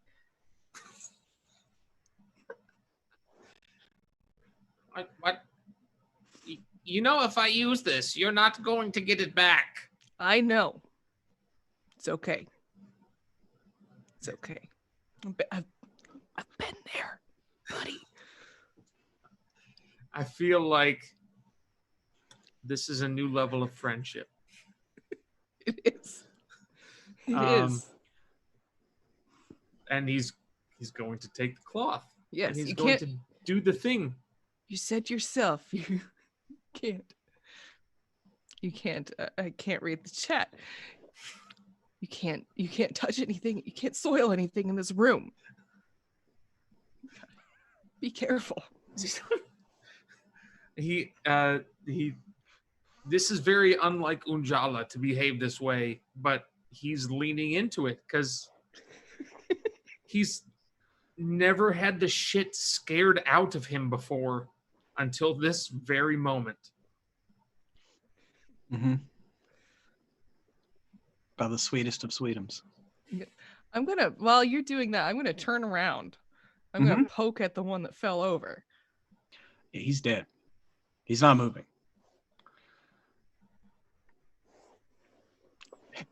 And Joel's not the only one that rolled a 20. Sweetums rolls him over and puts his hands right here and shuts his eyes. Mm-hmm. Says, I'm sorry. And Sweetums, as you roll him over, I will say this, you notice after seeing the club that was used on the priest here, like you look at his club and they look very similar. Same sort of club. Mm-hmm. I will take that and point it out to Unjala when he's done, but otherwise I'm gonna. But yeah, Goblin just has kind of big wide eyes, like, and that's that. I'll pat his head. All right. Yes. Cutting back to the river.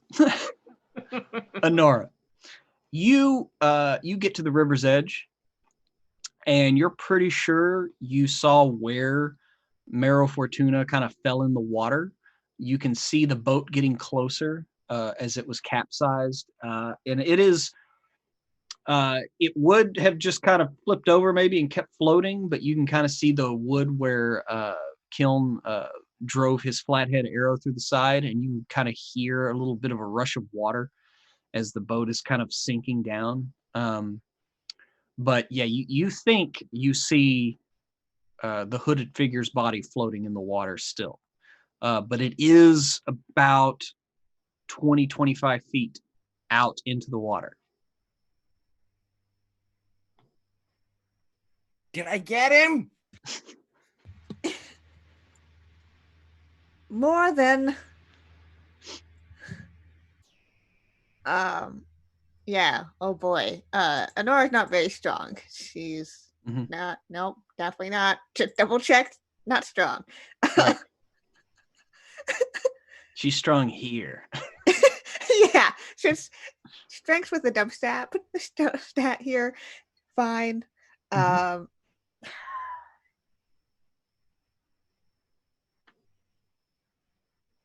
Um. sh- I think she's gonna start wading into the water. Not super deep yet. Mhm. She's kind of feeling how strong it is and Okay. and all that and All how right, deep it you is. move about 5 feet into the water, and it's it's up to your past your knees. Yeah. But I mean, for the most part, this particular river coming out of Caros Fen isn't necessarily that deep, except like right in the center. It's known for being pretty shallow. Uh, but I mean, he's a little bit over halfway to the center. It's about 100 feet wide. Or at this spot, you would imagine it to be about 100 feet wide. And you can see, he's a further like 15 feet, but he's coming closer. You could maybe try to go and grab him, but you can feel at your feet. You can feel the current. While not swift, it has a constant press. Okay. She's gonna call down to Kiln. Maybe some rope would be wise here. At this point, Kiln would produce another arrow from the larger quiver, Mhm. and it seems to have twine wrapped around it. I could shoot them and draw them here, and just hands the arrow to Honora. I'm all the way in the river right now. Then he would skim shoot like upstream so it floats back down to Honora. So you would have the rope and he could get it out. Is that okay? Can I do that? Pruitt? Yeah, I mean, if you're talking about just like popping an arrow out so she can grab the arrow to have something to hang on to, I'm assuming. Yeah, that's all. she's gonna tie it around her waist or something like. Yeah. Just give me a quick accurate. Sure. No modifier. Just don't roll a 20. It's really. Even despite you saying that, I rolled a 6. Okay. Everything's fine. Yeah, no, your arrow just kind of pops out. It hits the water about right at the shoreline, and just kind of skips once, twice, and then just kind of comes to a rest just north, or just east of her in the river, and just kind of floats towards you. Honora, you see it. You can just reach out, grab the arrow. Yeah, I'm gonna grab it. She doesn't trust that she's gonna be able to hold onto it with her hands while she's also dealing with the Fortuna, maybe, who knows? We've had too many shapeshifters in this game to be sure. Present company accepted. So yeah, she's gonna tie it around her waist, and then try to go a little further. I think she'd definitely taking like very slow meditative steps, but she had placed herself so that she'd be able to kind of meet up. Gotcha. With the floating body. All right. Yeah. No. So you take nice, easy steps to get out there, and you're just there, and you're reaching out as the body's about to float by. So as that's happening, give me a quick strong test. This is gonna go so bad. As you reach out to grab the cloak. Yep, that's a fail. I have a 5 in strong. So you grab the body, and the additional weight causes your feet to slip. Okay. So you have a choice here, Honora. Do you hang on to the body and lose your footing, or do you keep hold of the body and wait? I think I said that wrong. Do you let go and stand up, or do you keep hanging on and fall down? Right. Words. Words are hard. What are they good for? Absolutely not. Do I know what's happening on the other end of this rope? I didn't check as a player. But what's you know that Kiln like called your name and shot an arrow with a rope hat attached to it towards you. That's meanwhile, meanwhile on the shore, Kiln would have the other end of the rope with an arrow that he would have fired into like a stump to affix it. But he's still at the shoreline to to help facilitate the reeling in process. This is like a river runs through it. Is that your arrow to make like a zip line from building to building? It's exactly what it is. Oh God, so many good arrows. Just suddenly shifted into being Hawkeye. It's cool. Uh-huh. I know what I'm. Never mind. Um, she really wants to know what's up with this Fortuna dude, so she's gonna hold You on. hang on to him. Yeah. So yeah, you hang on to him, and it, like I said, it's one of those things where you're like, I got this, I got this, I got this, and then all of a sudden you just don't got this.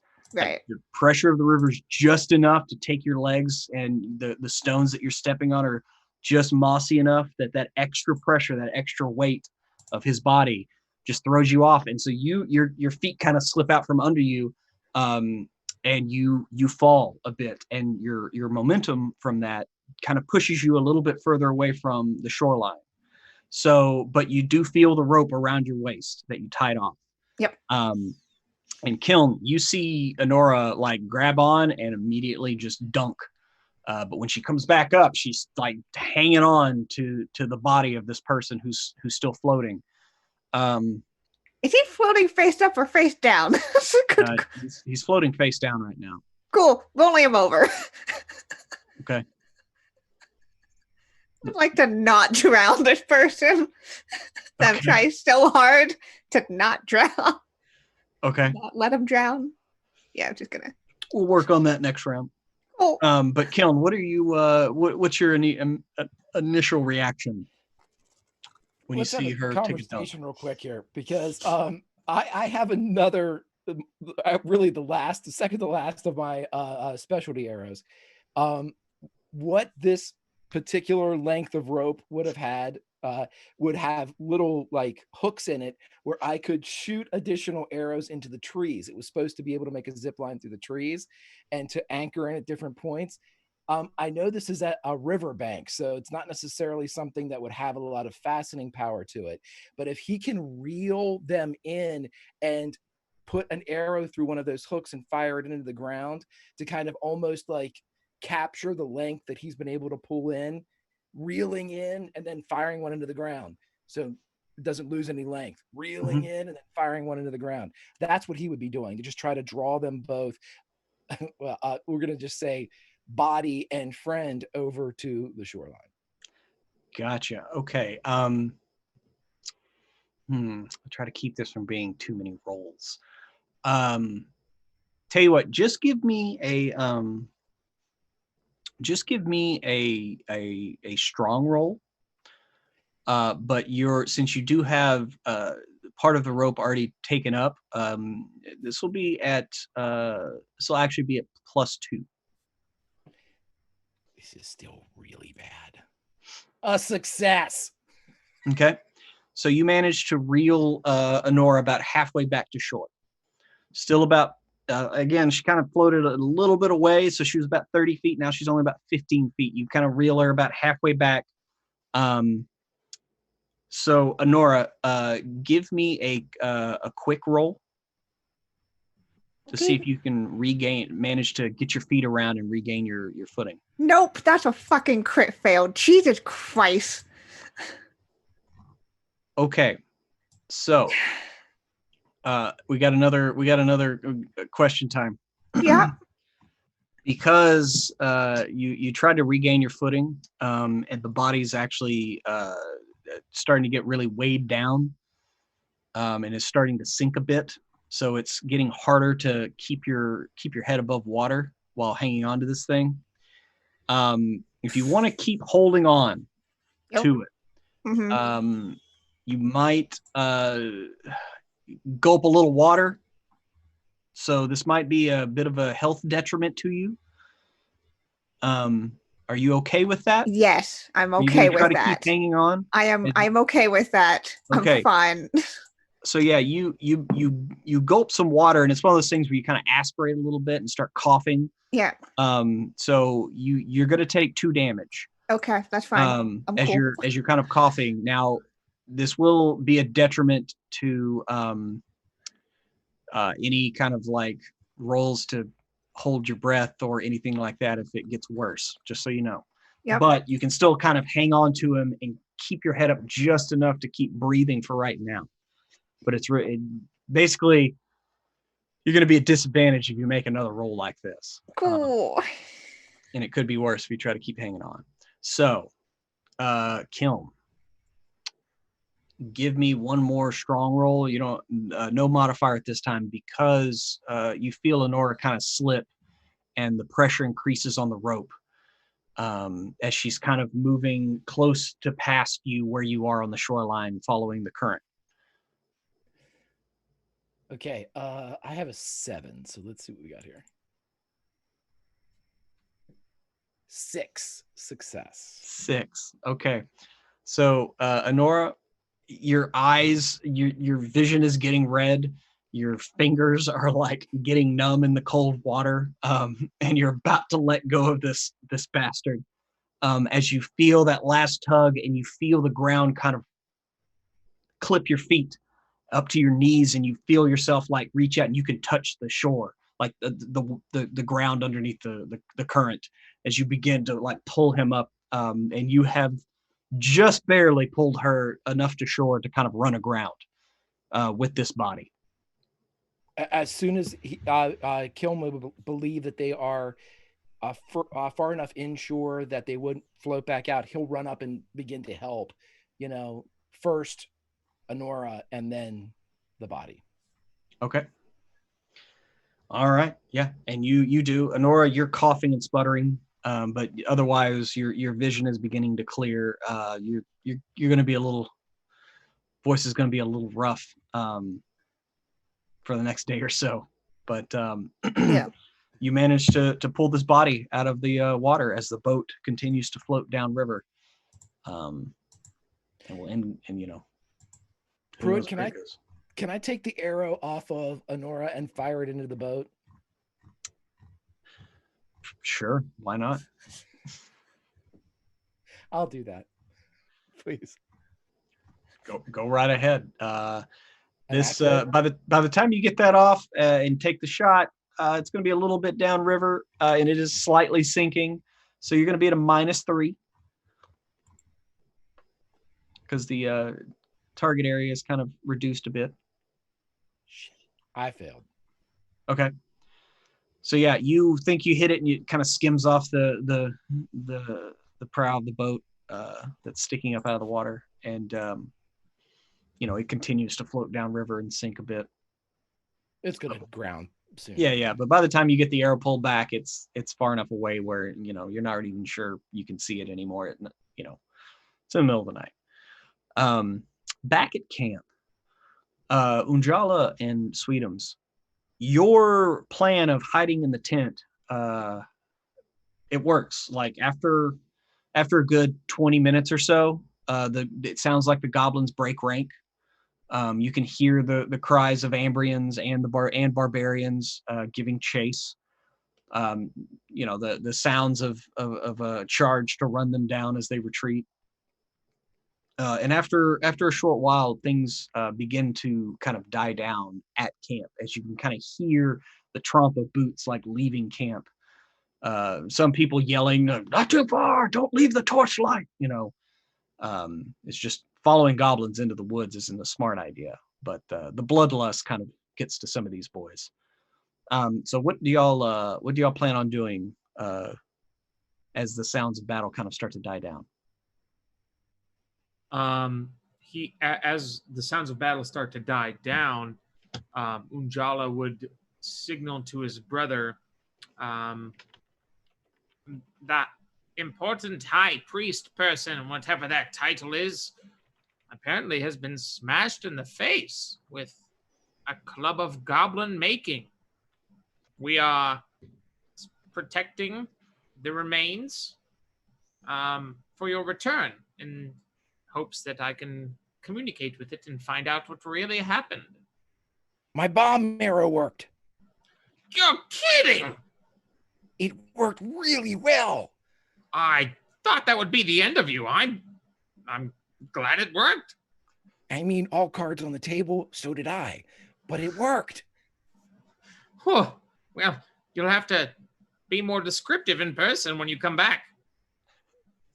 Yes, we have on a completely unrelated matter, there's a corpse we have to look at.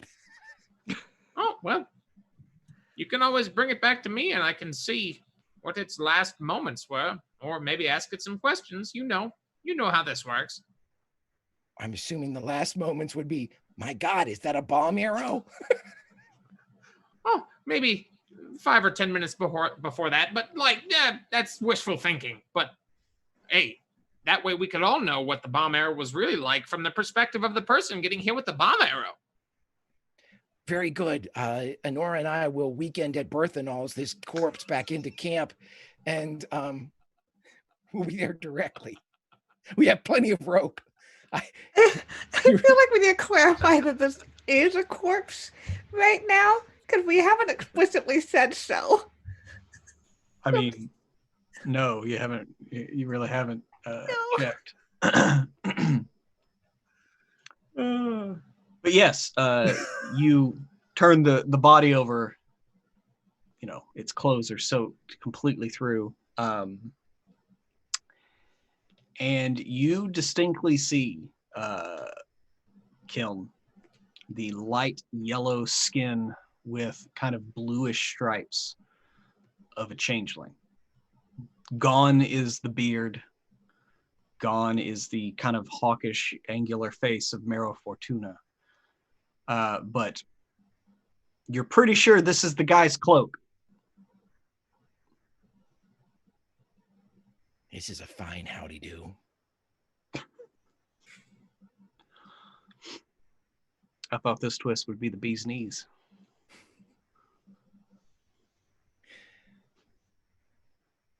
Just for good is there any hair on the changeling? There shouldn't be, but just in the event there's a stray follicle, he will pluck it and hand it to Honor, just in case. I don't know how this works. I mean, the changeling does have some hair, yes. Kind of on the back. All the hair on the face is gone. I mean, he's pretty burnt on his face and chest. Does he have any possessions? A bag or anything? He does have, now that you kind of pull all of his stuff off of him, he does have a satchel that still, it was not completely burned through on the strap. So he does have a satchel with some items in it. His cloak looks remarkably unburnt, but it's kind of soaked through. But yeah, he does have some possessions. I'm checking to see if a certain iron crown happens to be in there. Yeah, there's a kind of a twisted iron crown. Yep. God damn it, knew it. Mm-hmm. Kiln having no idea about really in it. So it's a good thing. Yes. Victory. The bomb arrow worked. It certainly worked. Yeah, I mean, everything, his chest down to his inside of his legs, like it exploded literally like he was hugging a barrel of fire. Kiln would have a wee little like notebook that he would pull out subtly and just like a piece of charcoal, and he would write, bomb arrow, amazing fucking success. And then put it in his pocket. Is that the first appearance of this journal? It is. Just for this moment. I have a whole thing that I haven't been able to do. Yes, it's here. He's obsessed with his arrows. So whatever. Whatever. Mm-hmm.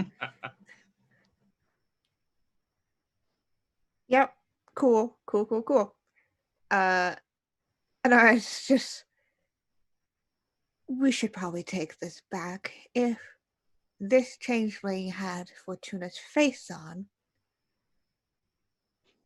can't imagine this is good for the priest. I agree. Would you like the left side or the right side? It doesn't really matter. Okay.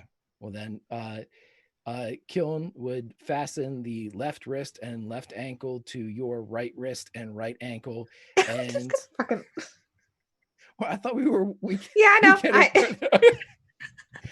We got to make this look real. This is what worked in the 80s. No, but yeah, we'll carry him back. Okay. Can y'all give me each give me a discrete roll, and we're gonna take basically the average of y'all's rolls to see how well y'all get, because I assume you're trying to get him back to the camp without anyone really seeing you, or are you just trying to get there? Would just like to not be like, hello, we have brought a dead body. Right. Okay. So each of you give me a discrete roll and just tell me what you get. I got a 2. I failed, but I didn't add my bonus to it. So I would have failed by 1. What would you roll though? 12. 12 and a 2. Okay. So luckily for y'all, the aftermath of the battle and, Ambrians plucking trophies from the goblins that they fell, like looking at daggers and weapons, whether they're worthy or not to take back, and tell stories in taverns and all that. All that's going on, and nobody really pays attention to the 2 add-ons to the march that just came walking back in with a third person in between them. So y'all managed to make it back into camp. Are you heading straight for the priestly quarter?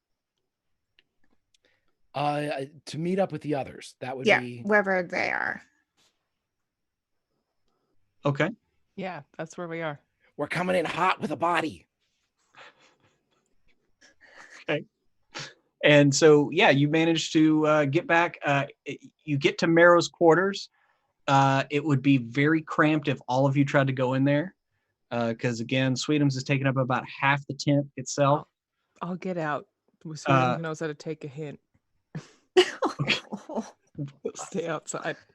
Not at all. Y'all could all fit. Nobody would really be able to move around. Can we do this? Can the 3 of us go inside and Sweetums can literally sit in the opening? Yeah. With the head in? Oh, yeah, totally. Okay. Totally. Yes. That way nobody can really see in. Yeah, like, because a lot of the priests, some of them went to go help fight, and some of them, Sweetums, you would see, like, they're kind of like, Volka is over there, like, still crying and talking to 2 other priests. Their numbers have taken a hit in this trip.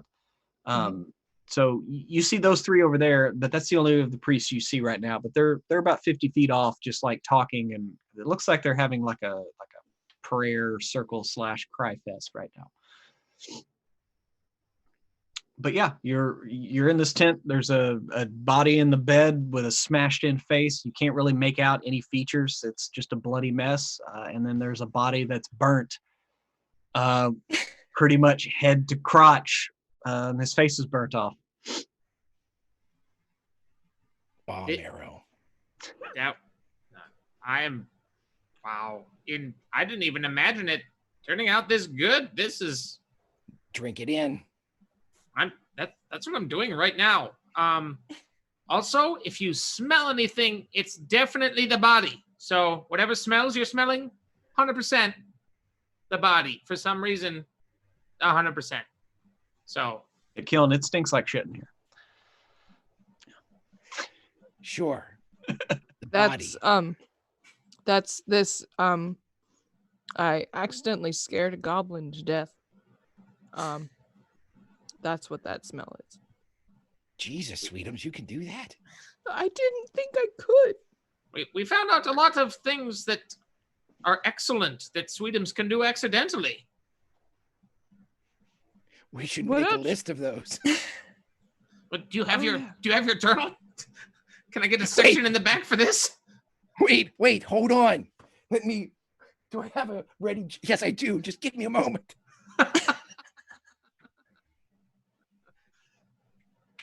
So, Anora, how'd everything go? She is soaking wet. Like, she took a dunk in this river, so she's sopping wet. Well, the horns are gone. Yeah. So I was in the woods when a person ran by. Kiln and I gave chase to the river, where we saw that it appeared to be Mero Fortuna. Got in the boat. All of this happened and gestures towards like the burnt. All of that happened excellently. Yes. That's right. Yes, excellently. And clearly it's not Fortuna because it's a changeling. Which means he gestures broadly to the corpse in the corner that someone was planning to steal his identity. Now, I was going to talk to the spirit of Mero Fortuna himself to see who killed him in the event you didn't come back with this refreshing news. So instead, I can find out where this changeling came from. Would be a good idea. He also, this changeling took the Iron Crown. Same one that's been at the center of a lot of chaos. It was Mero's bag, just so you know. Yeah, it's Mero's bag. But he took the... And his cloak. Yeah, and his cloak. So then maybe for our own safety, we don't hold on to it. I don't know if I trust it in any other hands, though. Well, I guess we have to learn more about it. I imagine they knew what they were sending, if there's a they. This particular changeling person was on a mission, perhaps by himself, perhaps representing a larger organization. Now, if the latter is possible, then they will send another, and another, and another, until they get what they desire.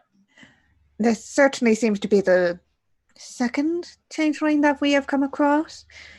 Of course, not including yourself, Kiln, but the ones who seem to be involved with this Iron Crown. Been two now. It has a history, I'm certain. I would love to learn more. We should probably learn more from this changeling first, though. We do know that the recent history of the crown, anybody that possesses it dies. Right. So let's not give it to me, or Sweetums, I don't want it. or Kiln. And I kind of like you, so I would rather you not have it as well. So that limits our options. Who can we give it to that we don't like? And that we would trust to not misuse or corrupt or be corrupted by it. We could give it to Mama. I kind of like her too, but she's certainly not here. She's not too far away though. Okay. Well, I think we should ask her about it, to say the least. Perhaps she knows something.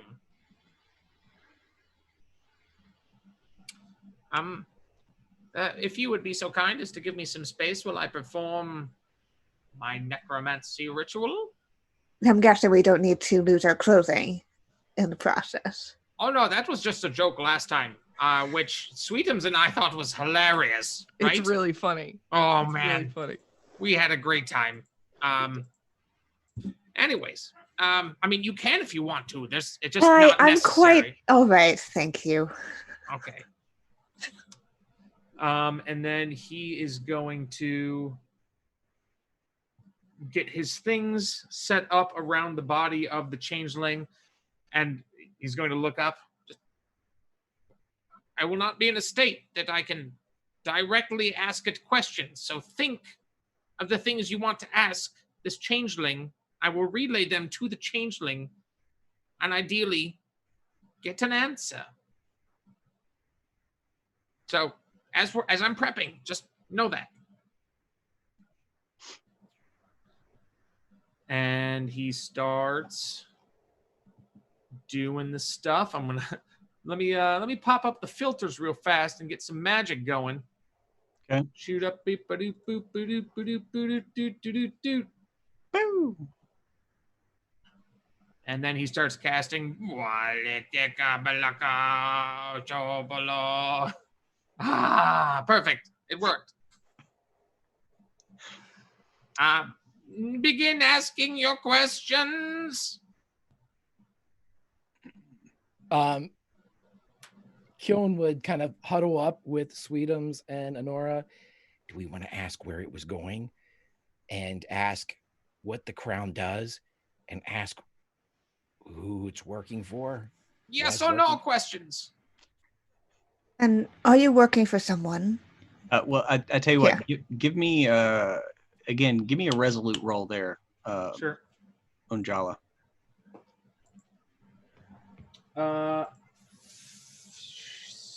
Failed the first one.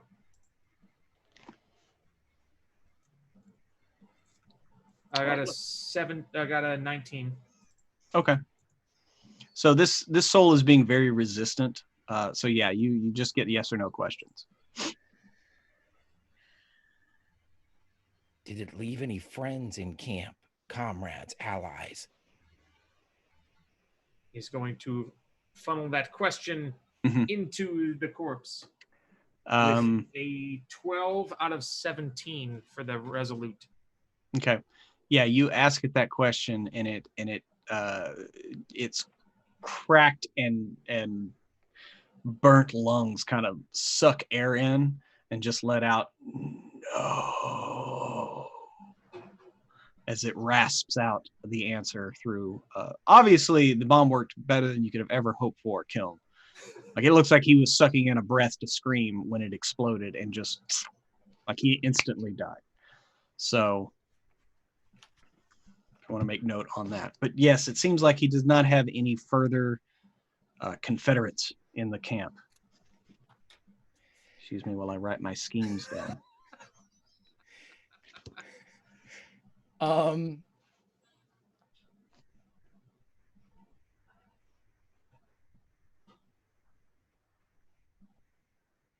I have one, but I'm not sure I want to say it in front of Sweetums. Can I whisper it? Can I whisper it to my brother? Can I like telepathically do it to my brother? Yes. Yes. Do you know Mama, or do you work for Mama? How dare. You mentally asked your brother the question, but he still has to ask the question. Yes, but that's him asking and not me. Son of a bitch. Make another note. Telepathy arrow.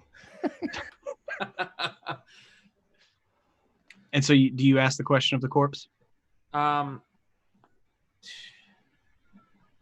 Because he's in a state. Mm-hmm. Oh man, asking him this question with the implications, he doesn't have a lot of power to. I was going to say, since you are being a conduit right now, you would just hear the question, whether it's through your ears or your head. Yeah. And so you just kind of ask the corpse, do you work for Mama Banny? Yep. And the corpse kind of takes a sharp breath in and almost spits out a single no. Like, well, that's a dumb question. It really is. What were you thinking, Ngala? Do you work for some? Can wait. If I'm just being a medium, I'm not able to come up with my own questions. Am I? Well, you can have had some questions thought of that you could ask. Yes. He's going to ask, "Do you work for the Elding Circle?" And again, he not as much vitriol in this one, but no. It's almost like he's a mocking laugh underneath the no. Okay. I have another one, but it's a selfish question. Yeah, my brain's trying to go through all the different factions that may be involved in having a time picking out lore. Oh, I just realized what time it was. Sorry. Okay. Uh,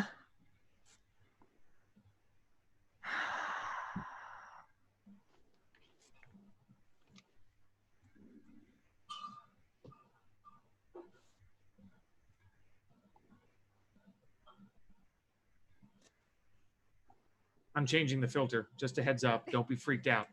okay. Oh, Cool. oh. This is That's much You less freaked scary. out? Yeah, that's pretty. Less scary. Okay.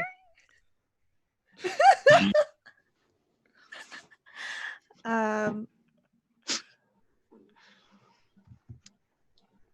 Oh, she's gonna ask, was someone expecting you to arrive at a certain location at a certain time? Give me a resolute roll, Billy. You bet your sweet ass I'm going to do that. I succeed by 1.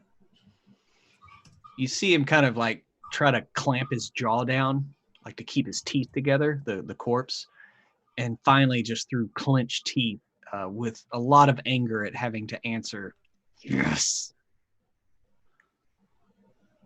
Okay.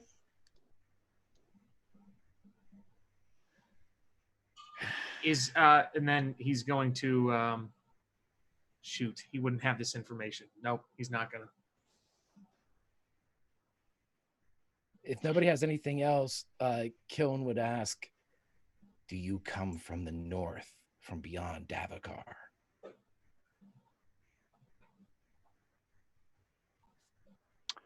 If nobody has anything else. Does anybody have any other questions? My objective was to try to, using yes or no questions, to determine a general area where he was going to rendezvous. Mm-hmm. But Unjala wouldn't have that. So, trying to think of a workaround. The other option I have is trying to run through the major factions that could potentially be involved in this, but that's a lot of questions. It's a lot of questions, and you can feel your grip kind of slipping on his spirit, especially after having to answer the last question. So I would say you have 1 or 2 more questions that you can ask.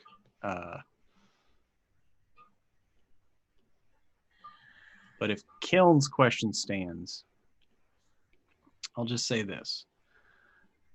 You can feel some resistance, Unjala. And then you feel that resistance kind of slip away as the corpse's head kind of turns and its burnt out eyeless sockets look right at you, Kiln. And he says, we all come from there, brother. And then his head just kind of slumps back. And the air that he took into his lungs in order to speak kind of deflates out of him.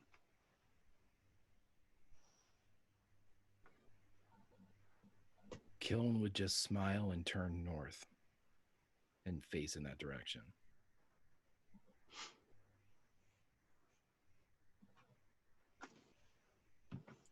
And then Unjala, kind of after opening up the spirit world to be able to communicate, kind of collapses, kind of exhausted, at the feet of this charred changeling. Mm-hmm. And yes, you come back to the land of the living. No worse for the wear.